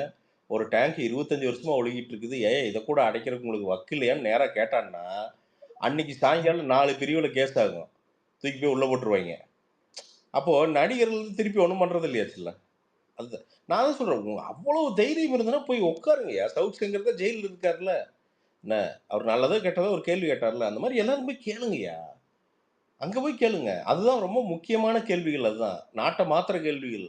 இப்போ ஒரு நடிகன் படம் நடிச்சு ஒரு ஹிட் ஆகுறதோ, ஃப்ளாப் ஆகுறதோ, இப்போ நாட்ட என்ன மாத்திருது? மீறி போனா தமிழ் சினிமாவோட பிசினஸ் ஒரு 1000 கோடி. மேக்ஸிமம் 1500 கோடி. அது வந்து திருப்பூரோட எக்ஸ்போர்ட்ல ஒரு 10%, 5% தான் வரும். அவ்வளோதான். ஒரு பிசினஸோட ஒரு 5% அவ்வளோதான். இதுல எதுக்கு எவ்வளவு புரட்சி? என்ன? ஒரு ஸ்டார் இவங்கலாம் விக்ரம் சார் இவங்கலாம் இருந்து படம் பண்றங்காட்டி தான் நமக்கு எல்லாத்துக்கும் ஒரு வகையில வந்து கவர் பண்றதுக்கு நியூஸ் இருக்குது. ஏதோ ஒரு வகையில எல்லா இது இன்டர்லிங்க்டு. கண்டிப்பா கேட்கலாங்க. கேள்விகள் கேட்கலாம். இல்ல அப்படிங்கல. 100% கேட்கலாம். அதுக்குன்னு வந்து ஸ்டார் இல்லையா? அது இல்லையா? அவங்க பிரியானந்த போய் இவரு உட்கார்ந்தாரா? எந்திரிச்சாரா? என்னென்னமோ சம்மந்தம் இல்லாமல்லாம் கேள்வி கேட்கறது இருக்குல்ல. அதெல்லாம் ரொம்ப அபத்தங்க அதெல்லாம். ரொம்ப அபத்தங்க. சீரியஸா. மீடியா அப்படிங்கிறதுக்காண்டி நம்ம என்ன வேணா வாயிலுக்கு வந்து பேசிடலாம் அப்படிங்கிறதெல்லாம் அது ரொம்ப நான் நெறைய பேரு அதுக்காண்டியே நெறைய ஸ்டார்ஸ் வந்து பார்த்தீங்கன்னா, அவாய்ட் பண்ணிடுறாங்க. இப்ப அப்புறம் அவன் பர்சனல் லைஃப்ப போய் உள்ள நோண்டுறது. ஏன்டா உங்க பர்சனல் லைஃப் எல்லாம் பயங்கரமா இருக்கேடா! நான் கேட்கிறேன். நீ ப்ரொஃபஷனலா பேசு. அவன் நடிக்கிறான். பர்சனல் லைஃப்ல அவங்களுக்கு பிரச்சனை, ஏதாவது பொண்ணு கூட பிரச்சனை, இல்ல பையன் கூட பிரச்சனைனா, அத அவங்க போய் அவங்க லா என்ஃபோர்ஸ்மென்ட் கிட்ட போய் பேசி அவங்க அத பஞ்சாயத்து தீர்த்துக்குவாங்க. நாம எதுக்கு ஜட்ஜ்மென்ட் பாஸ் பண்றோங்கிறேன் நானு. டேய் நாக சைத்தன்யாக்கு 2வது கல்யாணம் ஆகுறதுல உங்களுக்கு என்னடா பிரச்சனை? இல்ல. அது சமந்தா வந்து மோசமா இருந்திருக்கலாம். அப்படின்னு ஒரு குரூப். நாக சைத்தன்யா மோசமா இருந்திருக்கலாம் இன்னொரு குரூப். இவனுங்க 2 பேரும் உட்காந்துட்டு பார்த்து பார்த்தீங்கன்னா, இவங்களுக்கு ஒரு டீப் டிஸ்கஷன் 2 நாளா. டேய் சமந்தா ஒரு 200, 300 கோடி ரூபா வச்சிருக்கோம். நாக சைத்தன்யா அவங்க பெரிய ஃபேமிலி ஒரு 2000, 3000 கோடி ரூபா வச்சிருப்பாங்க. உன்கிட்ட என்னடா இருக்குது? ஏன்டா அத ஏன்டா 2 நாள் பேசிட்டு இருக்கிற? அ அவங்க 2 பேரும் அண்டர்ஸ்டாண்ட் பண்ணி அவங்க மூவ் ஆன் ஆயிட்டாங்க. அவ்வளோதான். அத அது அவங்க பஞ்சாயத்து அது. அத அவங்க தீர்த்துக்குவாங்க. அவங்க குடும்பங்கள் இருக்குது தீர்த்து வச்சுக்குவாங்க. உங்களுக்கு என்னடா பிரச்சனை இதுல? உங்க வீட்ட பாருங்கடா. என்ன பேசலாங்க. அடச்சா இப்படி ஆயிடுச்சே அப்படின்னு பேசலாம். ஆனா 2 நாளுக்கும் சண்டை போட்டுருக்கானுங்க அதுக்கு. உங்களுக்கு தெரியாது. அவர் பிட்ரே பண்ணிட்டார் நாக சைத்தன்யா அப்படின்ட்டு. நான் போய் பார்த்தோமா, அவங்க வீட்டுக்கு அந்த காம்பவுண்டுக்குள்ள போய் பார்த்தோமா. அதனால அதெல்லாம் ரொம்ப போய் பர்சனல் லைஃப் பேசாதீங்க. பாவம் அவங்களும் மனுஷங்க தானே. மென்ஷன் பண்ணி போடுறீங்க. அவங்களும் ஹர்ட் ஆகும்ல பாவம். பண்ணாதீங்க. பிரசாந்த் ப்ரோ, தங்கலான் படத்தை பத்தி சொல்லுங்க. 4 டேஸ்ல ரிலீஸ். தங்கலானா ப்ரோ? தங்கலான் அதான் இதுக்கு எல்லாம் போட்டிருந்தாங்க. பேன் தங்கலான் அப்படின்ட்டு எல்லாம் இலவச மார்க்கெட்டிங் பண்ணியிருந்தாரு. ரஞ்சித் அவர்கள் வந்து ஒரு சாதியை பிடித்திருக்கிறார். ஒரு சாதியை வந்து இது பண்ணுகிறார் அப்படியா இருங்க போட்டா? யாரு போட்டது? ஐயோ போட்டிருந்தாங்க 2, 3 பேர் ஒரு போட்டோ போட்டிருந்தாங்க. பைக் வச்சுக்கிட்டு ஒருத்தர் வந்து நின்று இருந்தாரு பேனர்லாம் வச்சுக்கிட்டு. நான் உனக்கு அனுப்பிச்சிடுறேன். நான் பார்த்தேன், சேவ் பண்ணாம விட்டேன். நான் புக் மார்க் பண்ணியிருந்தேன் நான் அனுப்பிச்சுட்டு இருப்பேன். ஏதோ பேன் தங்கலான்னு. என்ன ரஞ்சித் பண்றாரு? அவர் ஏதோ பாவம் அவர் உட்காந்து அவர் உரிமைக்கு பேசுறாரு. என்ன பிரச்சனை? இவங்களுக்கு என்ன பிரச்சனைன்னு தெரியல. அது வழக்கமா வருங்காட்டி அது ஒரு குரூப் வந்து ரஞ்சித் பிடிக்காது. அதனால உட்காந்து பேசுவாங்க. ரஞ்சித் வந்து மிகப்பெரிய மாஸ்டர் கிராஃப்ட்ஸ்மேன். அதில் எவனாலையும் அது வந்து மறுக்கவே முடியாத ஒரு விஷயம். அண்ட் இன்னொன்று, சொல்லப்படாத கதைகளை தேடி சொல்கிறதுங்கிறது ரஞ்சித்தோட ஸ்பெஷல். அது நீங்கள் மெட்ராஸ் வந்தபோது அப்படி ஒரு எல்லாத்துக்குமே தெரியும் மெட்ராஸ் எப்படி இருக்குன்னு. ஆனால் மெட்ராஸோட அரசியலை அவ்வளோ ரியலாக எடுத்துகிட்டு வந்தது அதில் சும்மா சொல்லிடலாம், என்ன வேணால் பேசலாம். அப்படி அதை எடுத்துகிட்டு வர்றதுக்கு ஒரு கிராஃப்ட்மேன்ஷிப் தெரியணும். ஸோ அது வந்து ரஞ்சித்கிட்ட இருக்குது. தங்கலானை பொறுத்த வரைக்கும் 2 ஷேட் இருக்கும் அப்படின்னாங்க. படம் வந்து டீப்பாக இருக்கும் அப்படின்னு சொன்னாங்க. அதாவது சும்மா மேம்போக்காக இருக்காது, ரொம்ப வழக்கம் போல தான், பட் ஆனால் ரொம்ப டீப்பாக இருக்கும் அப்படிங்கிற ஒரு விஷயம் மட்டும் சொன்னாங்க. பாவம் விக்ரம் சார்லாம் வெந்து தணிந்தது காடாயிருக்கார் தலைவர். அவ்வளோ போட்டு வறுத்தெடுத்திருக்கா அப்படி. ஸோ அதோட ரிசல்ட் எல்லாம் தெரியும். புக்கிங்ஸ் பொறுத்த வரைக்கும் எல்லாருமே சர்ப்ரைஸ்டு. சரியான புக்கிங்ஸ் ஆகுது. எல்லாருமே ஒரு மாதிரி எக்ஸ்பெக்டேஷன் கரெக்டாக இருக்குது. நல்லா ப்ரொமோட் பண்ணிட்டாங்க. ஆக்சுவலாக விக்ரம் படங்கள்லேயே ரொம்ப சில படங்கள் தான் நல்லா ப்ரொமோட் பண்ணப்பட்ட படங்கள். அதில் ஒரு ஐ mean for example Ponniyin Selvan, அந்த படம்லாம் செமையாக ப்ரொமோட் பண்ணியிருப்பாங்க. ஸோ கிட்டத்தட்ட அந்த அளவுக்கு வந்து பார்த்தீங்கன்னா ஓரளவுக்கு விசிபிலிட்டி கொண்டு வந்துட்டாங்க. ப்ரொமோஷனுங்கிறது என்னென்னா படத்தை டிக்கெட் வாங்கி வைக்கிறதெல்லாம் கிடையாது, படம் வருதுன்னு தெரிய வைக்கிறதே இன்றைக்கி பெரிய அதிசயம். அதை வந்து நிச்சயமாக அது வந்து ஆக்சுவலாக விக்ரம் சாருடைய ஆக்டிவ் பார்ட்டிசிபேஷன்னால அது நடந்துருச்சு. அமெரிக்கன் காலேஜ் எல்லாம் போயிட்டு ஏதோ இதெல்லாம் தாண்டி குதிச்சுட்டு இருக்கு அப்படி மதுரையில் போய் இன்ட்ராக்ட் பண்ணி ஒரு A to B போகிறாரு. அங்கே உட்காந்து அங்கே போய் குக்கிங் பண்ணுறவங்க அவங்ககிட்ட போய் இன்ட்ராக்ட் பண்ணுறாரு. ஸோ அதில் சின்ன சின்ன விஷயங்கள் தான், ஆனால் உனக்கு பெரிய இம்பேக்டை கொடுக்கும். நீங்கள் ரிலீஸ் அப்போ வந்து பார்த்தீங்கன்னா அது வேறு மாதிரி டிக்கெட்ஸாக மாறும் அது. ஸோ அது உண்மையாலுமே பார்க்குறதுக்கு ரொம்ப ஹெல்த்தியாக இருந்தது. சினிமாவுக்கு வந்து ரொம்ப ஹெல்த்தியான ஒரு விஷயம்.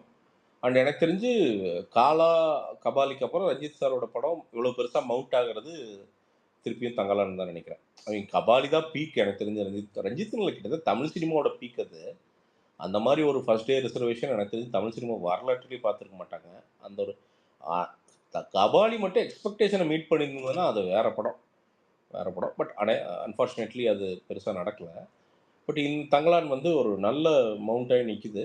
ஐ ஹோப் அது நல்ல ரிசல்ட்டும் வந்துடும் நினைக்கிறேன். இப்போ தியேட்டர்ஸ் எல்லாமே போட்டாங்க. புக்கிங்ஸே பாருங்களேன், நல்லா ஒரு மாதிரி சரசரன்னு போகுது. புக்கிங்ஸ் பாருங்கள், டக் டக்குன்னு ஃபில் ஆகுது. அதனால் எனக்கு தெரிஞ்சு நல்ல ரிசல்ட் இருக்குன்னு நினைக்கிறேன் நான்.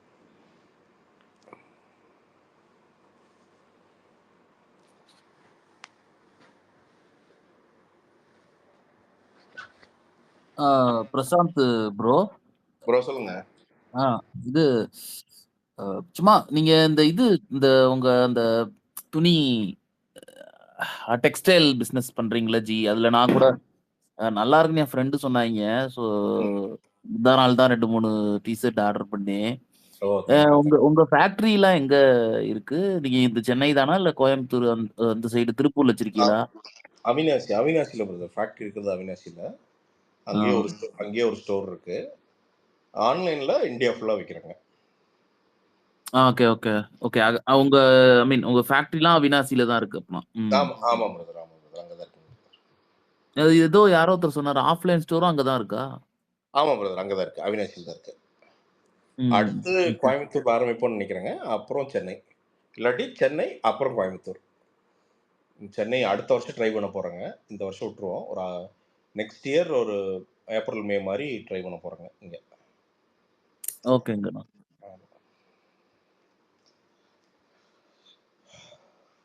சரி நண்பர்களே, காலையில் இன்னமும் ஒரு வேலை இருக்குது 9 மணிக்கு. இந்த பாட்காஸ்ட் இந்த மைக்கெல்லாம் செக் பண்ணிட்டு இருக்கிறோம். நாளைக்கு வந்து டெஸ்ட் ஷூட் நடக்குது. அது நடந்துட்டு எல்லாம் ரெடி பண்ணணும். அதனால் போய் படுத்து தூங்குறேன். காலையில் 9 மணிக்கு பசங்க வந்துடுவானுங்க. வீடெல்லாம் க்ளீன் பண்ணணும். அது வேற இன்னைக்கு தான் துவைச்சேன். வீட்டை க்ளீன் பண்ணணும். அது 2 நாளாக பெட்டிங்லேயே போட்டுருக்கிறேன். அதனால் நாளைக்கு மரியாதையாக எந்திரிச்சு அந்த வேலையை பார்க்கணும். அதனால் குட் நைட், பாய் பாய்.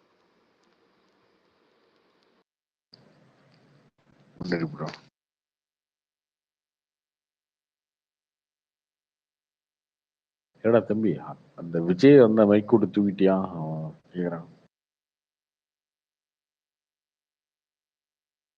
நீங்க கத்துறீங்க, நல்லா தூக்கிட்டேன். அவனே இல்ல அது சும்மா சம்பந்தமே டிஷர்ட்டு ப்ரோ கடை எப்படி ப்ரோ, என் கடை எங்க இருக்கு ப்ரோ, அவன் அந்த மாதிரி ரொம்ப டிஷர்ட்டுக்குள்ள போனா அவர் அண்ணனை பத்தி உங்களுக்கு தெரியுமே, அவரு ஒரு பக்கமா இழுத்துட்டு போனோம்னா அந்த பக்கம் அப்படியே போயிருவாரு. இல்ல அண்ணன் இல்ல பாரிஸ்ல ஆல்ரெடி அதை பத்தி தான் bro பேசிட்டு இருந்தாங்க, அதனாலதான் கேட்டேன். 1947 போயிருவார்ல அவரு. அந்த மாதிரி இல்ல bro, இல்ல கார்த்தி bro, என்ன அன்னைக்கு கிணறா வெட்டி வச்சிருக்காங்கன்ற மாதிரி இவனுங்களே வந்து வம்படியா வந்து இல்ல ப்ரோ கிடையாது ப்ரோ. கார்த்தி bro, அன்னைக்கு முந்தானத்து அதுல டிஷர்ட் இருக்கா ப்ரோ, பனியன் இருக்கா ப்ரோ, ஜட்டி இருக்கா ப்ரோ, அதுதான் அது என்ன சைஸ்ல இருக்கு ப்ரோ, என்ன கலர்ல இருக்கு ப்ரோ, இவனுங்க ஸ்பேஸ்ல பாரிஸ்ல ஆரம்பிச்சு பங்களாதேஷ் வார்ல போய் டிஷர்ட்ல போய் முடிச்சாரு. என்ன இவனுங்க வீம்பு கிட்ட வந்து விஜய் இவனுங்களாம் வரானு இவனுங்க வந்து இல்ல ப்ரோ ஆல்ரெடி அதை பத்தி என்ன தான் ப்ரோ பேசிட்டு இருந்தாங்க, அதனால தான் கேட்டேன். தனியா ஆரம்பிக்கிறது ப்ரோ இல்ல. பிரசாந்த் ப்ரோ சண்டை போலான்னு வந்தா தனியா கேட்கலாம், தனியா கேட்டுக்கடா போய் ஏன்டா எங்க உயிர் எடுக்கிறீங்க. கார்த்திக் ப்ரோ ஏன் கார்த்தி இல்ல bro, நீங்க நானே அப்போ அவரை வம்பிருக்கலான்னு பார்த்தேன், எனக்கு கண்டென்ட் கிடைக்கல. நாளைக்கு வருவார்ல, நாளைக்கு ப்ரிப்பேர் ஆயிட்டு வரேன்.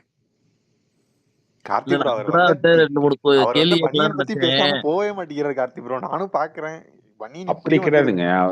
அவரு வந்துங்க அவர் எப்பயுமே நீங்க எந்த டைரக்ஷன்ல கொண்டு போறீங்கன்றதுதான் இருக்கு. அவர் கரெக்டா கொண்டு போனீங்கன்னா கரெக்டா இது பண்ணுவாரு. அவரை நீங்க டைவர்ட் பண்ணி திருப்பூர் பக்கம் அழைச்சிட்டு போயிட்டீங்கன்னா ஒன்றும் பண்ண முடியாது. இப்போ பாருங்க, இப்போ இந்த விக்ரம் மேட்டர்லாம் கேட்டாங்களே, அப்போ வந்தாரு, ஓகே மீடியாவை திட்டினாரு, அப்புறம் அப்படியே திமுக திட்டினாரு, அப்படி வந்துச்சு. அப்புறம் டக்குனு ஒன்று இப்போ இன்னும் திராவிட மாடல் எப்படி ப்ரோ இருக்குன்னு கேட்டீங்கன்னா ஒன்று வந்துருவாரு அந்த பக்கம். அப்படி எந்த இடத்துல டோப் பண்ணி எந்த பக்கம் ஸ்டேரிங்கை திருப்பணும்னு ஒன்று இருக்குல்ல, அது பண்றது இல்லை யாரும். இன்னும் டக்குனு சம்மந்தம் இல்லாமல் வந்து விஜய்லாம் வந்துட்டு ப்ரோ உங்க கடையில் டிஷர்ட் இருக்கா ப்ரோ, டிஷர்ட் ப்ரோ அப்படி இல்ல ப்ரோ, ஆல்ரெடி அதை பத்தி இருக்கா தான் ப்ரோ, பேசிட்டு இருந்தாங்க, அதனால தான் கேட்டேன். அதுதான் கரெக்டாக வந்து ஸ்டேரிங்கை திருப்பணும். அந்த மாதிரி அதை பண்ணாம இருக்கு. சரிங்க ப்ரோ. இல்ல ஆக்சுவலா ப்ரோ இப்போ நானே கேட்டிருப்பேன், அவர் பேசும்போது வந்து திட்டினார்ல, போய் கேளுங்க சவுக்கு சகன் ஜெயில இருக்கான்னு அந்த மாதிரி. அப்படின்னு அப்போ நீங்களும் திமுக ஏதாவது சொல்லுங்க அப்படின்னு கேட்டிருப்பேன். சரி ஓகே நம்ம வெயிட் பண்ண வேணாம் அண்ணன் ஒரு ஃபாலோ பண்ணாருன்னு விட்டேன்.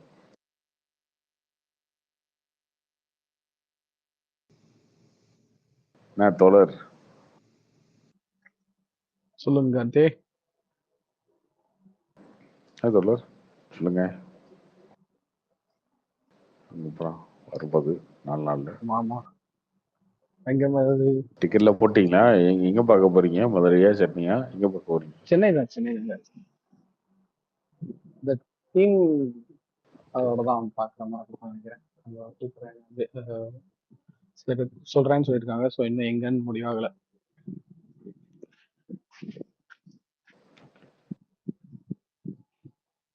கார்த்தி ப்ரோ நீங்க எங்க காசியா வழக்கம் போல? தெரியலையே, நான் முடிவு பண்ணல, பார்ப்போம். இங்கதான் இருக்கீங்க? சென்னையில தான் இருக்கீங்க? இங்கதான் இருக்கு, வேற எங்கேயும் இல்லை, இங்கதான் இருக்கு. அந்தகன் பட்ஜெட் என்ன? பட்ஜெட்டாங்க அந்த படம் ஒரு 15 கோடி ஆயிடுச்சு. ரைட்ஸே 5 கோடிங்க. அது ரைட்ஸே 5 கோடி. அதுக்கப்புறம் படத்துக்கு ப்ரொடக்ஷன் இருக்கு, நிறைய செலவு பண்ணிட்டாங்க அவங்க. இப்ப மூவி ரிலீஸ் ஆயிடுச்சு. டிலே ஆன எந்த படத்துக்குமே ப்ரொடியூசராலே கரெக்டா எவ்வளவு பட்ஜெட் ஆச்சுன்றது சொல்ல முடியாது எனக்கு. யாராலையும் சொல்ல முடியாது. ஆக்சுவலா இந்த படத்தை இப்பதான் பார்த்துட்டு வந்தேன், அந்தகன். ஸோ நல்லா தான் இருந்துச்சு. நான் அந்த ஹிந்தி படம் அதெல்லாம் நான் பார்த்தது இல்ல, நல்லா தான் இருந்துச்சு. பட் ஆனா இது 4-5 வருஷமா எடுத்துக்கிட்டு இருக்காங்க அப்படின்னாங்க. பட் ஆனா இந்த படத்தோட அந்த கிளாரிட்டி, அந்த என்ன சொல்றது, சினிமா 4-5 வருஷமா இல்ல எடுக்கலைங்க, எடுத்து வச்சு 4 வருஷமா. அதான் இல்ல எதனால அவர் அப்படி பண்ணியிருந்தாருன்னு தெரியல. இப்போ கொஞ்ச நாளைக்கு முன்னாடி கூட நம்ம ஊர்ல மஞ்சுமல் பாய்ஸ் அந்த மாதிரிலாம் மலையாள படம் தமிழ் படமே வரல அப்படிலாம் நிறைய பேர் சொல்லிட்டு இருந்தாங்க. அந்த மாதிரி சமயத்துல விட்டா கூட பரவாயில்ல, அவங்களுக்கும் ஒரு பெனிஃபிட் இருந்திருக்கும். இப்ப என்னவோ ஆகஸ்ட், செப்டம்பர், அக்டோபர்னு வரிசையா இப்போ எல்லாம் வாரத்துக்கு வாரம் ஒரு பெரிய நடிகர்களோட படம் வரும்போது விடுறாரு. நல்லதுதான். அவரு பிரசாந்துக்கு ஒரு இது வேணும்ல, ஒரு கேப்ல விட்டா நல்லா இருந்திருக்கும். எனக்கு தெரிஞ்சு இந்த படம் ஸ்லோ பிக்கப் ஆயிடும் நான் நினைக்கிறேன். இன்கேஸ் மேபி தங்கலாம்லாம் அடுத்த வாரம் வராம இருந்திருந்தாலாவது. நிறைய ஃபேமிலி ஆடியன்ஸ்லாம் வராங்க. எனக்கு பர்சனலா பிடிச்சிருந்துச்சு, நிறைய பேருக்கு பிடிச்சிருக்கு. படத்தோட ரேட்டிங்கும் நல்லா தான் போட்டிருக்காங்க. நல்லா தியேட்டர்லாம் ஹவுஸ்ஃபுல். எனக்கு தெரிஞ்சு சனி ஞாயிறு நேத்திக்கு இன்னைக்கு அந்த படம் ஹிந்தியில எடுத்து அந்த படம் ஹிந்தியில அந்த வருஷத்தோட மிகப்பெரிய பிளாக் பஸ்டர். ஆமா, அதுக்கப்புறம் அந்த படம் சைனா ரிலீஸ் ஆகி சைனாலே ஹிட். ஆமா 3 நேஷனல் அவார்டு வேற அந்த அளவுக்கு பெரிய ஹிட். அப்போ ஒன்னும் அந்த படத்தோட ரைட்ஸ் வந்து தெலுங்குல, மலையாளத்துல எல்லா இடத்துலயும் வாங்கி அந்த படத்தை ரீமேக் பண்ணாங்க. அதே டைம்ல தான் இவங்க வாங்கினாங்க, இவங்க ரீமேக் பண்ணாங்க. என்ன பண்ணிட்டாங்கன்னா, அந்த கோவிட் வந்துச்சு, லாக்டவுனு. அப்போ அந்த டைம்ல இவங்கெல்லாம் வந்து ஓடிடியில் வந்துட்டாங்க. மலையாளம் வருஷன் டேரெக்டாக ஓடிடி ப்ரீமியர் ஆயிடுச்சுன்னு நினைக்கிறேன். பிருத்திவிராஜ் நடிச்சாரு, அந்த மாதிரி ஆயிடுச்சு. அந்த இவங்களுக்கு வந்து இவங்க நினைச்சாங்கன்னா 5 கோடி ரைட்ஸ் வாங்குறோம், 10 கோடி படம் எடுக்கிறோம், கண்டிப்பா இந்த படத்தை வந்து ஓடிடி எவ்வளோக்கு வாங்கிடுவாங்க. அவங்க என்ன நினைக்கிறாங்கன்னா, நெட்ஃபிளிக்ஸ் வந்து என்கிட்ட அந்த ஒன்று இருக்கு, ஹாட் ஸ்டார் என்கிட்ட பிருத்திவிராஜ் நடிச்ச படம் இருக்கு, அமேசான் கிட்ட தெலுங்கு படம் இருக்கு. ஸோ ஒரு விஷயம் தான், வேற ஹீரோ தான் வேற. ஸோ நம்மகிட்ட படம் இருக்கு அப்படின்றதுனால இந்த படத்தை யாரும் பெருசாக வாங்கல. இன்னொன்று காரணம் பிரசாந்த் இங்க வந்து பெரிய ஹீரோ இல்லை இல்லையா. இப்ப அவருக்கு இல்ல அவங்க அவங்க அவங்க என்ன நினைச்சாங்கன்னா, இந்த படத்தை ரிமேக் பண்ணா பெரிய அளவில் பிஸ்னஸ் ஆகும்னு நினைச்சு ஒரு விஷயத்த பண்ணாங்க. அது நடக்கல. அவங்க நினைச்சு நம்பி ஒரு இடத்துக்கு மேலே சரி ஓகே இது ஆகவே ஆகாது அதுக்கப்புறம் இப்போ ரிலீஸ் போறாங்க. அது முன்னாடியே பண்ணியிருந்திருக்கலாம் நீங்க சொன்ன மாதிரி. சரி ஓகே, எல்லாத்துக்கும் ஒரு டைம். படம் ஓகேவா இருக்குன்னு சொல்லிட்டாரு ப்ரோ. இல்ல கான்செப்ட் அந்த மாதிரி கான்செப்ட் பிரசாந்த் இப்போ வந்து கொஞ்சம் லைம் லைட்ல வந்துட்டார். ஐ மீன் இப்போ கொஞ்சம் டாக் இருக்கு, அப்படியே கோட்டும் வருது, திரும்ப ஒரு டாக் இருக்கும், அப்படியே கொஞ்சம் இல்ல அது இப்போ அந்த இந்த படம் வந்துட்டு சொல்ற மாதிரி 2 வருஷம் 2022 அப்பயே முடிச்சுட்டாங்கன்னு சொன்னாங்க ஷூட்டிங்கு. உண்மையாக சொல்லிட்டா அவரு பிரசாந்த் இருக்காருல்ல, அப்போ இப்போ இந்த விஜய் பாட்டு இப்போ கொஞ்ச நாளைக்கு முன்னாடி வந்துச்சு, அதுல கூட ஆள் கொஞ்சம் பூசினா மாதிரி இருக்காரு. இந்த படத்துல பயங்கர ஃபிட்டா இருக்காருப்பா. ஐ மீன் மஸ்குலரா இருக்காரே தவிர ஒரு எப்படி சொல்றது, ஒரு ஹீரோயிக் மெட்டீரியலா இருக்காரு. படத்துல ஷர்ட்ல சவர காட்டுறாரு அவரு. நல்லா எனக்கு தெரிஞ்சு அதான் டாப் ஸ்டாருக்கு ஏத்த மாதிரி அவர் என்னன்னு தெரியல, அவரோட பர்சனல் வாழ்க்கையில எல்லாம் ஏதோ பிரச்சனை எல்லாம் சொல்லுவாங்க, அதனாலயே என்னன்னு தெரியல அவருக்கு ஒரு டவுன்ஃபால். இல்லைன்னா எனக்கு தெரிஞ்சு இப்ப எப்படி வந்து ஹிந்தியில வந்துட்டு அந்த கான்ஸ், அமீர் கான், சல்மான் கான், ஷாருக் கான் மாதிரி ஒரு 3 பேர், என்னதான் நிறைய பேர் அது மாதிரி இப்போ என்ன சொல்றது, விஜய் அஜித்னு இருக்கும்போது ஒரு கான்டெம்பரரியா அவருமே அப்ப இருந்தவர் தான் 90ஸ்ல. பட் ஆனா அது ஒரு 2000 ஸ்டார்ட் ஆகும் போதே கவுன் ஆயிட்டாரு. இருந்திருந்தாருன்னா இப்பயுமே அந்த ஒரு ட்ரையாங்குலர் இது இருந்திருக்கும். ப்ரோ அவர் அப்பா டைரக்ஷன் நடிக்கிறத விட்டா போதும் ப்ரோ, அவர் முன்னேறிடுவாரு. எப்ப பார்த்தாலும் அதே டைரக்ஷன் நடிச்சிட்டு இருக்காரு. நல்ல அதான் ஒரு உண்மையாவே சொல்லிட்டா ரொம்ப ஒரு திறமையானவர் தான் நம்ம ஊர்ல. லாஸ்டா ஒரு 10 படம் அப்பதான் டைரக்ட் பண்ணிருப்பாரு நினைக்கிறேன். அது எனக்கு தெரியல.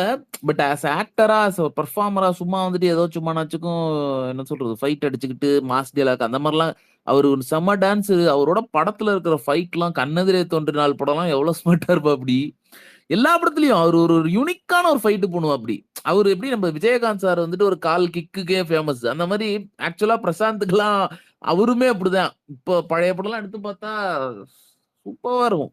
நல்லா நடிச்சிருக்காப்டி. குறிப்பா சாக்லேட் படம், சாக்லேட்ல எல்லாம் பயங்கரமா இருக்கும். சாக்லேட், ஸ்டார்லாம் ஓடலாம். ஆமா அதெல்லாம் ஃபிளாப்ன்பாங்க, அதெல்லாம் நமக்கு தெரியாது. நம்மலாம் கேடிவில நைட்ல 8 மணிக்கு போது பார்த்த படம் தான் அதெல்லாம்.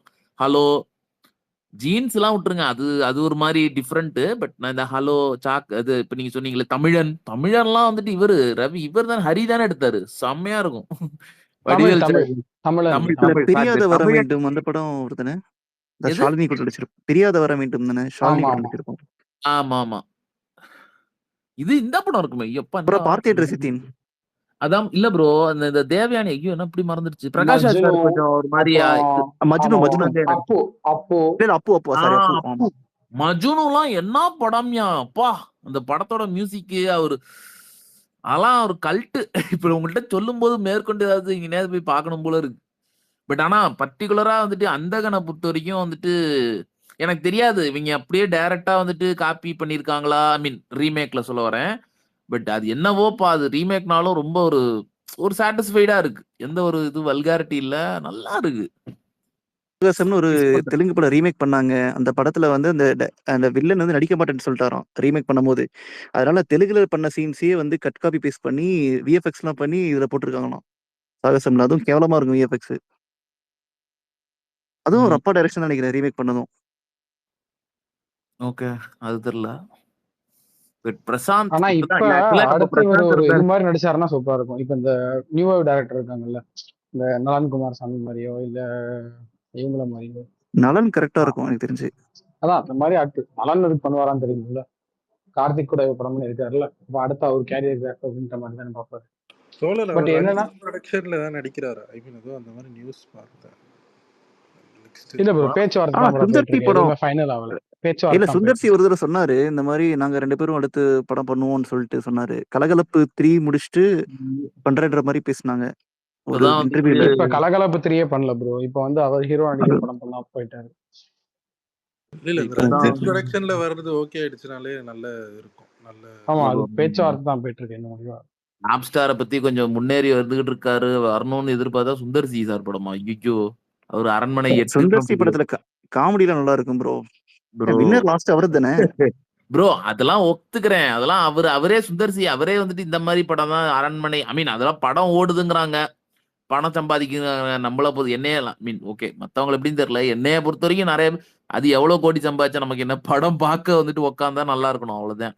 பட் தெரியல, ஏன்னா அவரு சும்மா அதே மாதிரி ஆரம்பிச்சு விட்டுருவாங்க. சுந்தர் சி அரண்மனை 4, 5ன்னுட்டு ஏதாவது ஓரளவு காமெடி படம், ஏதாச்சும் நல்லா ஒரு ஜனரஞ்சகமா ஃபைட்டாவே இருக்கட்டும், எதுவும் அன்பே சிவம் மாதிரி சுந்தர் சிவம் படம் எடுத்தா பக்காவா தான் இருக்கும். அது எடுக்க சொல்லிட்டாரு. அது கமல் தான் வரணும். சங்கருக்கு முன்னாடி வந்தவருங்க எனக்கு சுந்தர் சி. எனக்கு தெரிஞ்சு முறை மாமன் அந்த படம்லாம் வந்து அப்போ வந்து உள்ளத்தை அளித்தாலாம் கலையரங்கம் தியேட்டர்ல வந்துட்டு 1 வருஷம் ஓடுச்சு திருச்சியில, எனக்கு தெரிஞ்ச ஊர்ல. நான் மத்தபடி எனக்கு தெரியாது. ஐ மீன் அது எப்போ 95, 7 அந்த ரேஞ்சில் வந்திருக்கும். இல்ல அத்தனை வருஷமா இன்னும் ஃபீல்ட்ல அப்படியே இருக்காரு பாத்தீங்களா, அதுவே பெரிய விஷயம் தானே. நடுவுல அவர் கூட வந்து எல்லாருமே அவர் கூட வந்தாங்க, எல்லாருமே ஃபீல்ட் அவுட் ஆயிட்டாங்க. அப்புறமா வந்தவங்களே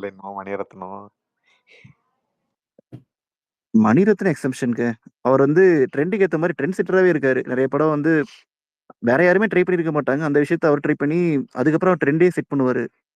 அது வேற ரகம் அவரு. சங்கர் தனி உலகத்துல வாழ்ந்துட்டு இருக்காரு, பேசாதீங்க அவரை பத்தி. சங்கர் இந்த கேம் சேஞ்சர்ல தெரியும். சங்கரை பத்தி பேசினா இந்தியன் 2 பத்தி பேசுற மாதிரி இருக்கும். அதுக்கு வேணாம், மறுபடியும் அடிக்க வேணாம். அதான் கோபேக் போட்டாச்சு. பாருங்க கார்த்தி ப்ரோ எல்லாத்தையும் ஒத்துப்பேன். இந்த கோபிநாத் கேட்டாரு பாத்தீங்களா சங்கர்ட்ட, எப்படி ட்ரெண்டுக்கு ஏத்த மாதிரி இருக்கீங்க, அது மட்டும் மன்னிக்கவே மாட்டேன் கார்த்தி ப்ரோ. என்னதுங்க ட்ரெண்டுக்கு ஏத்த மாதிரி எப்படிங்க அப்டேட்டடா இருக்கீங்கன்னு கோபிநாத் சங்கரை பார்த்து கேட்டார்ல. அது இந்த ஒன்னே இல்லையா இன்டர்வியூ எடுக்குது கோபிநாத். இந்தியன் 2 நான் வந்துட்டு கமல் சாரோட ஃபேன். அதே கோபிநாத் இன்டர்வியூல ஒரு மேட்டர் இப்போ எவ்வளவோ இப்ப எரர்லாம் அது என்னோட பயங்கர உள்டா இருக்கும் ப்ரோ. ஒரே நிமிஷம் ப்ரோ. இப்போ இந்த எரர்லாம் இப்போ அது எஸ்பெஷலி நெட்ஃபிளிக்ஸ்ல வந்ததுக்கு அப்புறம் படத்துல அது கோளாறா இருக்கு, இது கோளாறா இருக்கு, இந்த மாதிரி என்ன இப்படி பண்ணிருக்காங்க அதெல்லாம் எனக்கு தெரியல.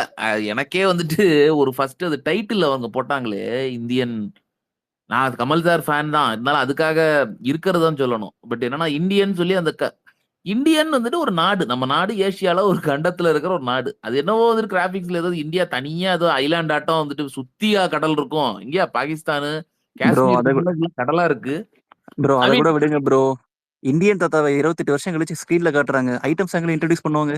மொத்த படம் என்னவோ அதாவது அதெல்லாம் வந்துட்டு எப்படி சொல்றது, மறக்கக்கூடிய, அதாவது மோஸ்ட் கல்ட் ஃபிலிமே வந்துட்டு அதோட சீக்வல் வந்துட்டு மோஸ்ட் ட்ரால்டு ஃபிலிமா மாறிடுச்சு. என்னன்னு எனக்கு அது அவங்களே வந்துட்டு எடுத்து விட்ட மாதிரியே பண்றாங்க. இந்தியன் தாத்தாவை கொலை பண்ணிட்டாங்க லிட்டரலி.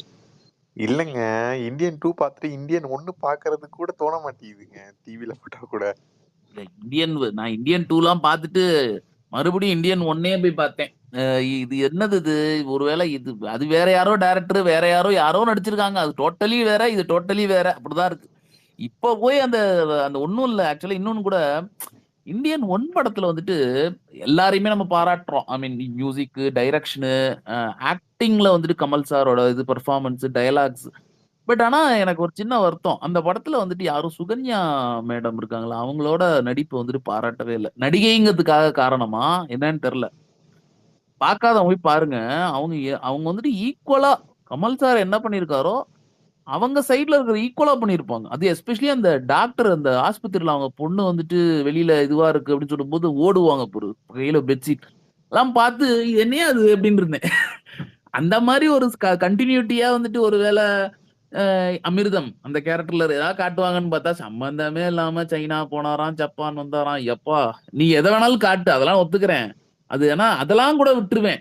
அதாவது அந்த சரி போ சைனா போனாரு ரிட்டர்ன் ஆனாருலாம் விட்டுருவேன். இந்த 4-5 பேர் வந்துட்டு இங்க உட்காந்து யூடியூப் சேனல் நடத்துறேன்னு சொல்லிட்டு அவங்க வந்து சினிமா சீரியல் ஆட்டம் உட்காந்துக்கிட்டு அதுல வேற இல்ல சமுத்திர அதை கூட விட்டுருங்க ப்ரோ. அவங்க கம்பேக் இண்டியன் போட்ட கூட பரவாயில்ல. கோ பேக் இண்டியன் போட்டவங்க பாத்தீங்களா, அந்த சிச்சுவேஷன் பாத்தீங்களா, இல்லங்க அந்த அதுதான் ரொம்ப சுச்சுவேஷன் இரிட்டேட் எவ்வளவு ஆச்சு. எமோஷனலான சுச்சுவேஷன். நான் தானே வர அந்த வச்சேன். சிச்சுவேஷன்ல உடனே கோ போன் பேக் எடுத்துட்டு இண்டியன் கோ பேக் போட்டுருது. போடுறாரு. எல்லாரும் கோ சரி பேக். ஓகே, அவர் கோ பேக் இண்டியனே போட்டாருப்பா. மேபி அவர் சித்தார்த் வந்துட்டு ஏதோ என்னையாது உன்னைய வச்சுக்கிட்டு எங்களால இது இல்ல அப்படி மத்தவங்களாவும் போட அது ஆரம்பிச்சுட்டாங்க. வாயாலே சொல்லியிருக்கலாம். அதுக்கு கோ பேக் இண்டியன் போட்டு தான் காட்டணும் அது அவசியம் கிடையாது. பரவாயில்லைங்க, அது பரவாயில்ல.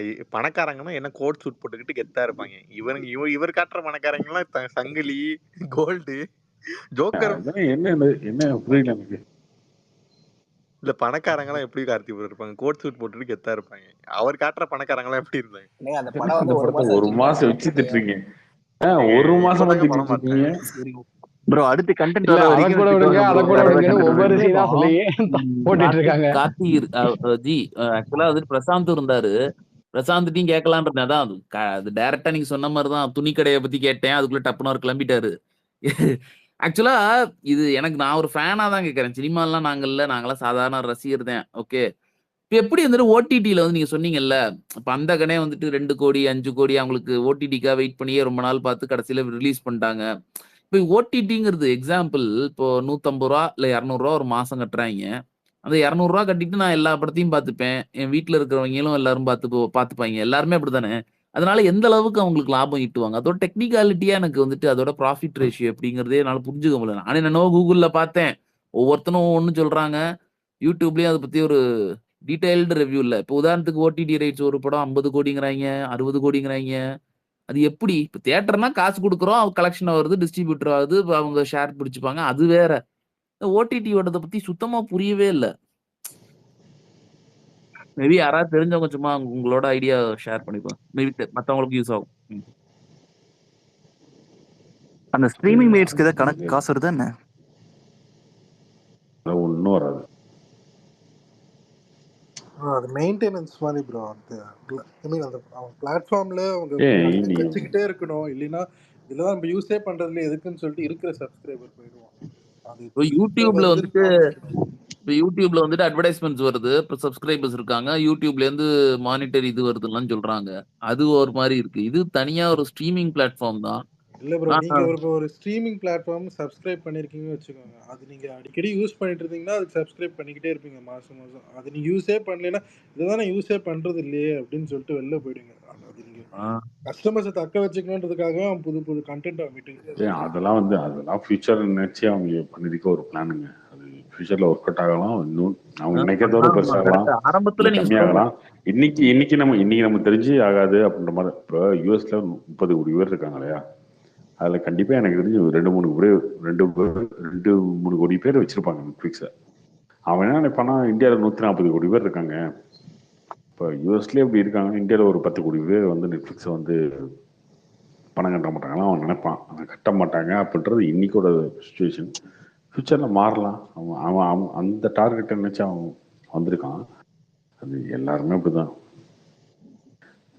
எல்லாமே அப்படிதானே மாறி இருக்கு ஃபியூச்சரில். இப்போ இல்லைனாலும் ஒரு 5 வருஷம் கழிச்சு 10 வருஷம் கழிச்சு எல்லாம் டெலிகிராம்ல டாரன்ட்ஸ் டவுன்லோட் பண்ணிட்டு போயிடுறாங்க. எது காசு கட்டணும்னு சொல்லிட்டு மோஸ்ட்லி அது கூட பிரச்சனை தானே. அது இப்போ இருக்கு. அது ஒரு பைரசின்றது ஒரு பிரச்சனையா இருக்கு அவங்களுக்கு. பட் ஏதோ ஃபியூச்சர்ல அது செட் ஆயிடுச்சு, சரியாயிடுச்சு அப்படின்னா மாறும்ல. பிரசாந்த் ப்ரோ இருந்தாருன்னா இதை பத்தி ஒரு டீடைல்டா ஒரு உரையாடல் நடத்திருக்கலாம். கிளம்பிட்டாரு. யாருக்குமே தெரியாது. இல்ல ப்ரோ, என் ஃப்ரெண்டு ஒருத்தன் ஒரு டைம் இந்த மாதிரி கேள்வி கேட்டபோது இல்லை என்னடா வருமானம் வருது அப்படின்னு கேட்டபோது ஒரே வார்த்தை சொன்னா, சஸ்பென்ஷன் பேஸ் பண்ணி தான் அவங்க பண்றது. இப்போ ஒரு 500 கோடி ரூபா பட்ஜெட் போட்டு ஒரு படம் வாங்குறாங்க. இப்ப 1000 ரூபா வருஷத்துக்கு ஒரு நபர் வந்து 1000 ரூபா கட்டுறாங்க. இதுல வந்து ஒரு 1 லட்சம் பேர் கட்டினாங்க அப்படின்னா 1 லட்சம் 1000 போட்டுனா 100 கோடி ரூபா ஆச்சு. இது மாதிரி அவங்களுக்கு டார்கெட் வந்து ஒரு 10 லட்சம் பேர் 1 கோடி பேர் வச்சிருப்பாங்க. அதாங்க அந்த இது பிசினஸ். வந்து இயர் பேஸ் பண்ணி அந்த பிசினஸ் வந்து இன்னைக்கு இன்னைக்கான பிசினஸ் இல்ல, 2024க்கான பிசினஸும் கிடையாது. அவங்க வந்து ஃபியூச்சரை நோக்கி ஒரு பிசினஸ் பிளான் பண்றாங்க. அது வந்து எப்படி நடக்கும்னா தெரியாது. ரிலையன்ஸ் வந்து ஃப்ரீயா ஃபோன் கொடுக்கும்போது நீங்க எல்லாம் வந்து சிரிச்சிங்க, யூசுப் பையன் ஃப்ரீயா ஃபோன் கொடுக்குறான்னு. இன்னைக்கும் பெரிய மார்க்கெட். அவங்க இந்தியாலாம் நம்பர் 1 இருக்காங்க ஜியோ. அது கிரியேட் பண்ணி அவங்க கொண்டு வராங்க. அந்த மாதிரி அவங்க ஒரு விஷயத்த டார்கெட் பண்ணி ஒர்க் பண்ணுவாங்க. அது நடக்கும் நடக்காம போய் இன்னைக்கு நம்ம நினைப்பான் சிரிப்பான், நீ அவன் டெலிகிராமில் எல்லா படத்தையும் நான் ஓசியில் பார்த்துட்டு இருக்கேன், நீ 1000 ரூபா சொல்லிட்டு இருக்க அப்படின்னு நம்ம சிரிப்போம். அது எப்படி மாறுன்னு தெரியல, பார்ப்போம். பட் அவன் இந்த மார்க்கெட்டை கேப்சர் பண்ணுறதுக்கு இந்தியாவோட மார்க்கெட்டு, இந்தியாவோட பாப்புலேஷன், இந்த பாப்புலேஷனுக்குள்ள இந்த ஒரு மார்க்கெட் இதை வந்து கொண்டு வந்து பழக்கப்படுத்திட்டோம்னா மாற்றிடலாம் அப்படின்னு சொல்லி அதுக்கான முயற்சி பண்ணிட்டே இருப்பாங்க. அது தேவோட இடத்துல ஒர்க் ஆயிடுச்சுன்னா அது நடக்கும். அது கோவிட் டைமில் பயங்கரமாக ஒர்க் ஆச்சுங்க. கோவிட் டைமில் வந்து எல்லாரும் வீட்டில் இருந்தோம், எல்லாரும் வந்து அமேசானு, நெட்ஃப்ளிக்ஸு எல்லாத்தையுமே வந்து சப்ஸ்கிரைப் பண்ணி பார்த்தோம். அதுக்கப்புறம் கொஞ்சம் குறைஞ்சி போச்சு. இப்போ திரும்ப அவன் அதுக்கு என்ன பண்ணணும் அதுக்கான முயற்சிகள் எடுத்துட்டு இருப்பாங்க. எல்லா பிஸ்னஸும் அப்படி தானே. ப்ரோ கார்த்தி ப்ரோ, கவுண்டபாளையம் படம் ரிலீஸ் ஆயிடுச்சா ப்ரோ?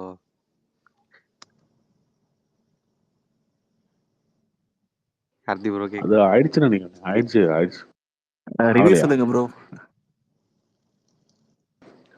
எதுவுமே பார்க்கல, இந்த ட்ரெய்லர் கூட பார்க்கல. ட்ரெய்லர் தயவு செஞ்சு ட்ரெய்லர் போய் பார்த்துட்டு வாங்க ப்ரோ. செம காமெடியா இருக்கும் ப்ரோ. இங்கே தப்பு பண்றவன் எவன்டான்னு கடைசியில் ஒரு டயலாக் வருமே, தெரியல. இது அதெல்லாம் சும்மா. எப்போ ரிலீஸ் ஆயிடுச்சு ப்ரோ? இந்த வாரம் தானே, இந்த வாரம் ரிலீஸ் ஆயிடும். ரஞ்சித் டைரக்ஷன் பண்ணது தெரியல. இல்ல எதுலயுமே தியேட்டர்லாம் எதுவுமே இல்லையே, இருக்கான்னு. அதுதான் தியேட்டர் கிடைக்கலன்னு புலம்பிட்டு வேற வந்தாரு.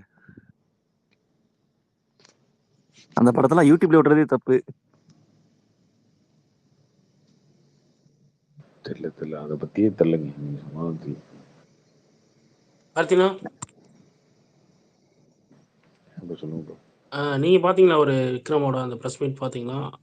அவரு ரிப்போர்ட்டர் என்ன கேட்டிருப்பாருன்னா, நீங்க இவ்வளவு எஃபெக்ட் போட்டு உடல் உழைப்பு கொடுத்து ஐ படத்துல இந்த படத்துல இவ்வளவு பண்றீங்க, அஜித் சூர்யா மாதிரி உங்களால சைன் பண்ண முடியலங்கிற மாதிரி கேட்டுருவா. அப்படி ப்ரோ அது லூசுத்தனமான கேள்வி ப்ரோ. அது ஆமா கமலுக்கு இல்ல, அதுக்கு அவரு ஸ்பாட்டா சொல்லிடுவா. அப்படி இல்ல, நானும் ஆல்ரெடி சாமி, தூள் அந்த மாதிரி படம்லாம் பண்ணிட்டேன் ஆல்ரெடி, நான் தமிழ் சினிமா அடுத்த லெவலுக்கு எடுத்துட்டு போனதுக்காக இவ்வளவு எக்ஸ்பிளைன் பண்றேன் அப்படிங்கிற மாதிரி சொல்லுவா. அப்படி இல்ல ஆக்சுவலி இவனுங்க என்னன்னா கான்ட்ரவர்சியா கொஸ்டினை கேட்டு அதுக்கு ஏதாவது ஒரு பதில் வரும், அதை வச்சு நம்ம பெருசா யூடியூப்ல வியூஸ் ஏத்தலான்ற மாதிரி தான் பண்றானுங்க எல்லாருமே. வியூஸ் வரும், ரீச் வரும்னு சொல்லிட்டு. அவரு பேரு தெரியல, அவரு சன் டிவில இப்பயும் கூட வந்துட்டு இன்டர்வியூ எல்லாம் கொடுக்குறாரு. ஐ மீன் கேட்கறாரு, இன்டர்வியூ எடுக்கிறாரு. அவர் தான் அந்த கொஸ்டின் கேட்டவர். இப்ப இவன் தான் இந்த அந்தகன் படத்துல கூட சிம்ரன் அவங்க எல்லாம் சினிமா பேட்டிலாம் எடுப்பாங்கல்ல சன் டிவி நெட்வொர்க்ல இருந்து, ஐ மீன் சன் நியூஸ்ல இருந்து. அவர் இதே மாதிரிதான் வந்துட்டு 2018 ஆரம்பத்துல கமல் சார்ட்டி இந்த மாதிரி தான் கொஸ்டின் கேட்டார். நீங்க வந்துட்டு இவ்வளவு வருஷமா இருக்கீங்க, ஆனா ரஜினிக்கு அவருக்கு ஜாஸ்தியா இருக்காங்க, விஜய்க்கு ஜாஸ்தி, இதே மாதிரிதான் அவர் இப்பயும் கேட்டிருக்கிறாரு.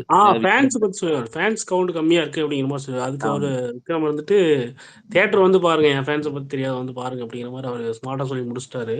இல்ல அவரு செம்ம ஏன்டா கேட்டோன்னு ஆயிடுச்சு அந்த ரிப்போர்ட்டருக்கு. இவர் அந்த சினிமா பிரியன் அவர் இருக்காரு, அவர் கூட சொல்லிட்டாரு. ஆமா, ஸ்டேஜுக்கு வேற வளர்ச்சிட்டார்ல அவரு வந்து. அவரு ஹேட்டர்ஸே கிடையாது, நீங்க சொல்ல எல்லாருக்கும் ஹேட்டர்ஸ் இருக்கு, இவருக்கு ஹேட்டர்ஸே கிடையாதுன்னு சொல்லிட்டாரு சினிமா பையன். இல்ல அவரு அந்த ஏன்டா ஒரு கொஸ்டின் கேட்டோம்னு தான் இருந்திருக்கும் அந்த ரிப்போர்ட்டருக்கு. அவர் பேர் தெரியல, நீ ஏங்க அவங்களுக்கு எல்லாம் அந்த அளவுக்கு சொரணை கிடையாதுங்க, திரும்ப திரும்ப அந்த மாதிரி தான் கொஸ்டின் திருப்பி கேட்பாங்க. அதெல்லாம் கேட்பாங்க. இல்ல அவர் வந்துட்டு pure and pure Sun network, Sun TV நியூஸ்ல இருக்கிற சினிமா பேட்டி பாருங்க, அவர் தான் வருவாரு. அதாவது சன் டிவி இந்த மாதிரி டிவி எல்லாம் கிடையாதுங்க, எல்லாருமே ரீச்சுக்காக தான் பண்ணிருக்கானுங்க. கான்ட்ரவர்சியா கொஸ்டின் கேட்கணும், அது அவங்க ஏதாவது கான்ட்ரவர்சியா பதில் சொல்லணும், அதை வச்சு நம்ம வியூஸ் ஏத்தணும் அப்படின்னு சொல்லிட்டு தான். சேனலுங்கிறதுக்காக நான் சொல்லல, அவர் வந்துட்டு அந்த ரிப்போர்ட்டிங் ஃப்ரம் தட் அப்படிங்கறதுனால சொல்றேன், தட் மீடியா. பட் ஆனா அது ஒரு கேணத்தனமான கேள்வி, என்னவோ. பட் ஓகே, ஏதோ அவங்க கேட்டதுக்கு தகுந்த மாதிரி இந்த படம் அவங்களுக்கு ஒரு பிளாக் பஸ்டரா அமைஞ்சதுன்னா இவரோட இதுல ஒரு டேர்னிங் பாயிண்டா இருக்கும் சியானோட இதுல. அதான் அவரே சொல்லியிருப்பாரு, இந்த கேட்ட கேள்வியை நீங்களே அவங்கள்ட்ட கேட்பீங்க அப்படிங்கிற மாதிரி சொல்லியிருப்பாரு. அது நாளைக்கே கூட இருக்கலாம் அப்படிங்கிற மாதிரி சொல்லியிருப்பாரு.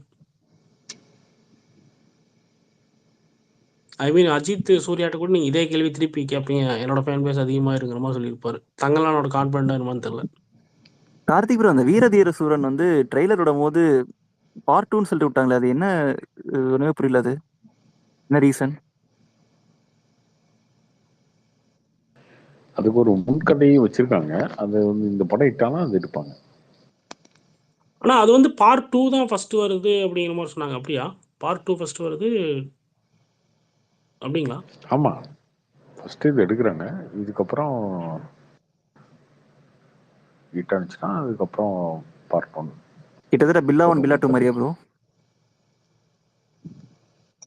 அந்த மாதிரி தான். அவங்க பொங்கல் பொங்கல் டார்கெட் பண்ணியிருக்காங்களா? இல்ல ப்ரோ. பொங்கல்லாம் என்ன படம் வருது எப்படி வருது அதில் பொறுத்து தான் இருக்கு.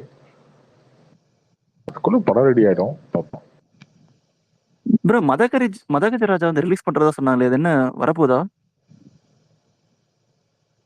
இப்போ ரீசெண்டா சொல்லிட்டு இருந்தாங்க. ஆமா வரப்போகுது. எந்த மாசம் ப்ரோ? தெரியல, ஒரு 2-3 மாசத்துல முயற்சி பண்றாங்க. பார்ப்போம். September October. கார்த்தினா, தங்கலான் வந்து போன இயர் டிசம்பர்லயே ரிலீஸ் ஆக வேண்டியது அப்பவே ரெடி ஆயிடுச்சு இல்லை? ஏன் அவ்வளோ டிலே ஆகி இப்போ ஒரு 10 months கழிச்சு ரிலீஸ் பண்ண? என்ன காரணம் அதுக்கு? ஒர்க் ஏதாவது பெண்டிங்ல இருந்துச்சா? நிறைய இருக்குங்க. ஒர்க் இருக்கு, பிஸ்னஸ் இருக்கு, நிறைய. லாஸ்டா ஜான் 26 ரிலீஸுங்கிற மாதிரி சொன்னாங்க. அப்புறம் அதுக்கப்புறம் சூப்பர் டேட் தானே இது. சூப்பர் டேட் தானே. தள்ளி போனாலும் நல்ல இந்த டேட் மாதிரி நல்ல டேட் டேட்னா இல்லை ரொம்ப லாங்கா வந்துருச்சு அதுக்காக கேட்டேன். எலெக்ஷன் வந்துச்சு மேபி அதனால இருக்கலாம். ஆமாமா. ப்ரோ ட்ரெய்லர்ல சிஜிலாம் சரியில்லைன்னு நிறைய பேர் கிரிட்டிசைஸ் பண்ணிட்டு இருந்தாங்க. அதெல்லாம் சரி பண்ணியிருக்காங்களா எப்படி தங்கலான்ல? படத்துல இம்ப்ரூவ் பண்ணியிருப்பாங்க.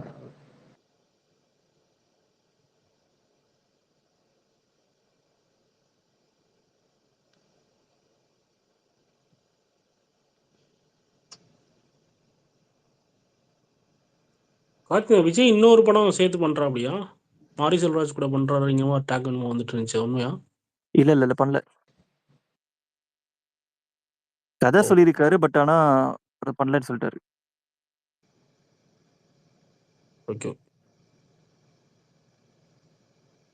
கார்த்திக் ப்ரோ, லலித் ப்ராஜெக்ட்ல ஒரு ஒரு டேஷ் போட்டிருந்தீங்களே, டேஷ்ல யார் பண்றா?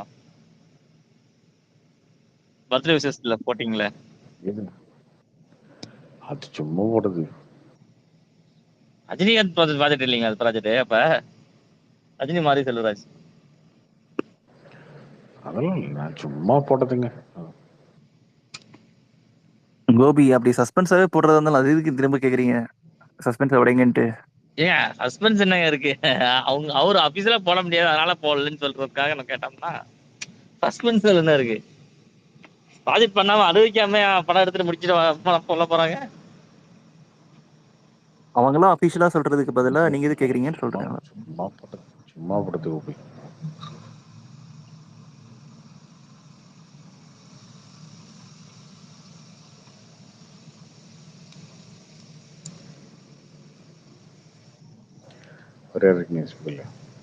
ப்ரோ கார்த்தி ப்ரோ, நம்ம பிரசாந்த் ப்ரோ இந்த ஒரு இந்த இது ஏதோ ஒன்று சொல்லி திட்டிகிட்டே இருப்பார்ல அடிக்கடி, அதை பத்தி கேட்கலாம் நினைச்சிட்டே இருந்தேன். கடைசி வரையும் நீங்க வரல ஓட்டாரு.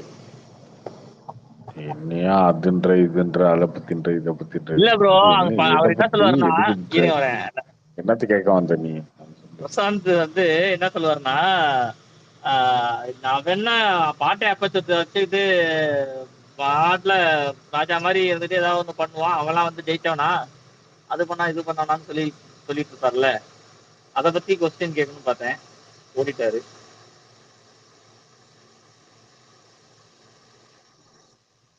என்ன கேட்கணும் அதை பத்தி?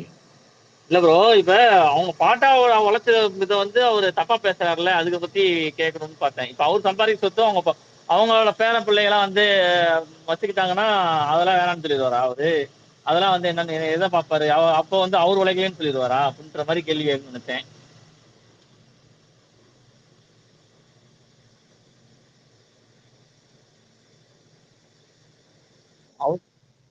அவர் அதான் அவர்கிட்ட தான் கேட்கணும். அவர்கிட்ட இந்த கேள்வி நிச்சயமா கேட்கணும். நீங்க சம்பாதிக்க சொத்தெல்லாம் நாளைக்கு பேர பிள்ளைங்களாம் ஆண்டுக்க மாட்டாங்களா? அதெல்லாம் நீங்க யாருக்கு வந்து கொடுப்பீங்கன்னு கேட்கணும்.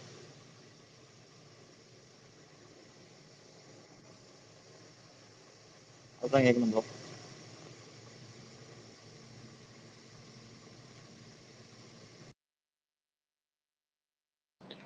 Okay bro.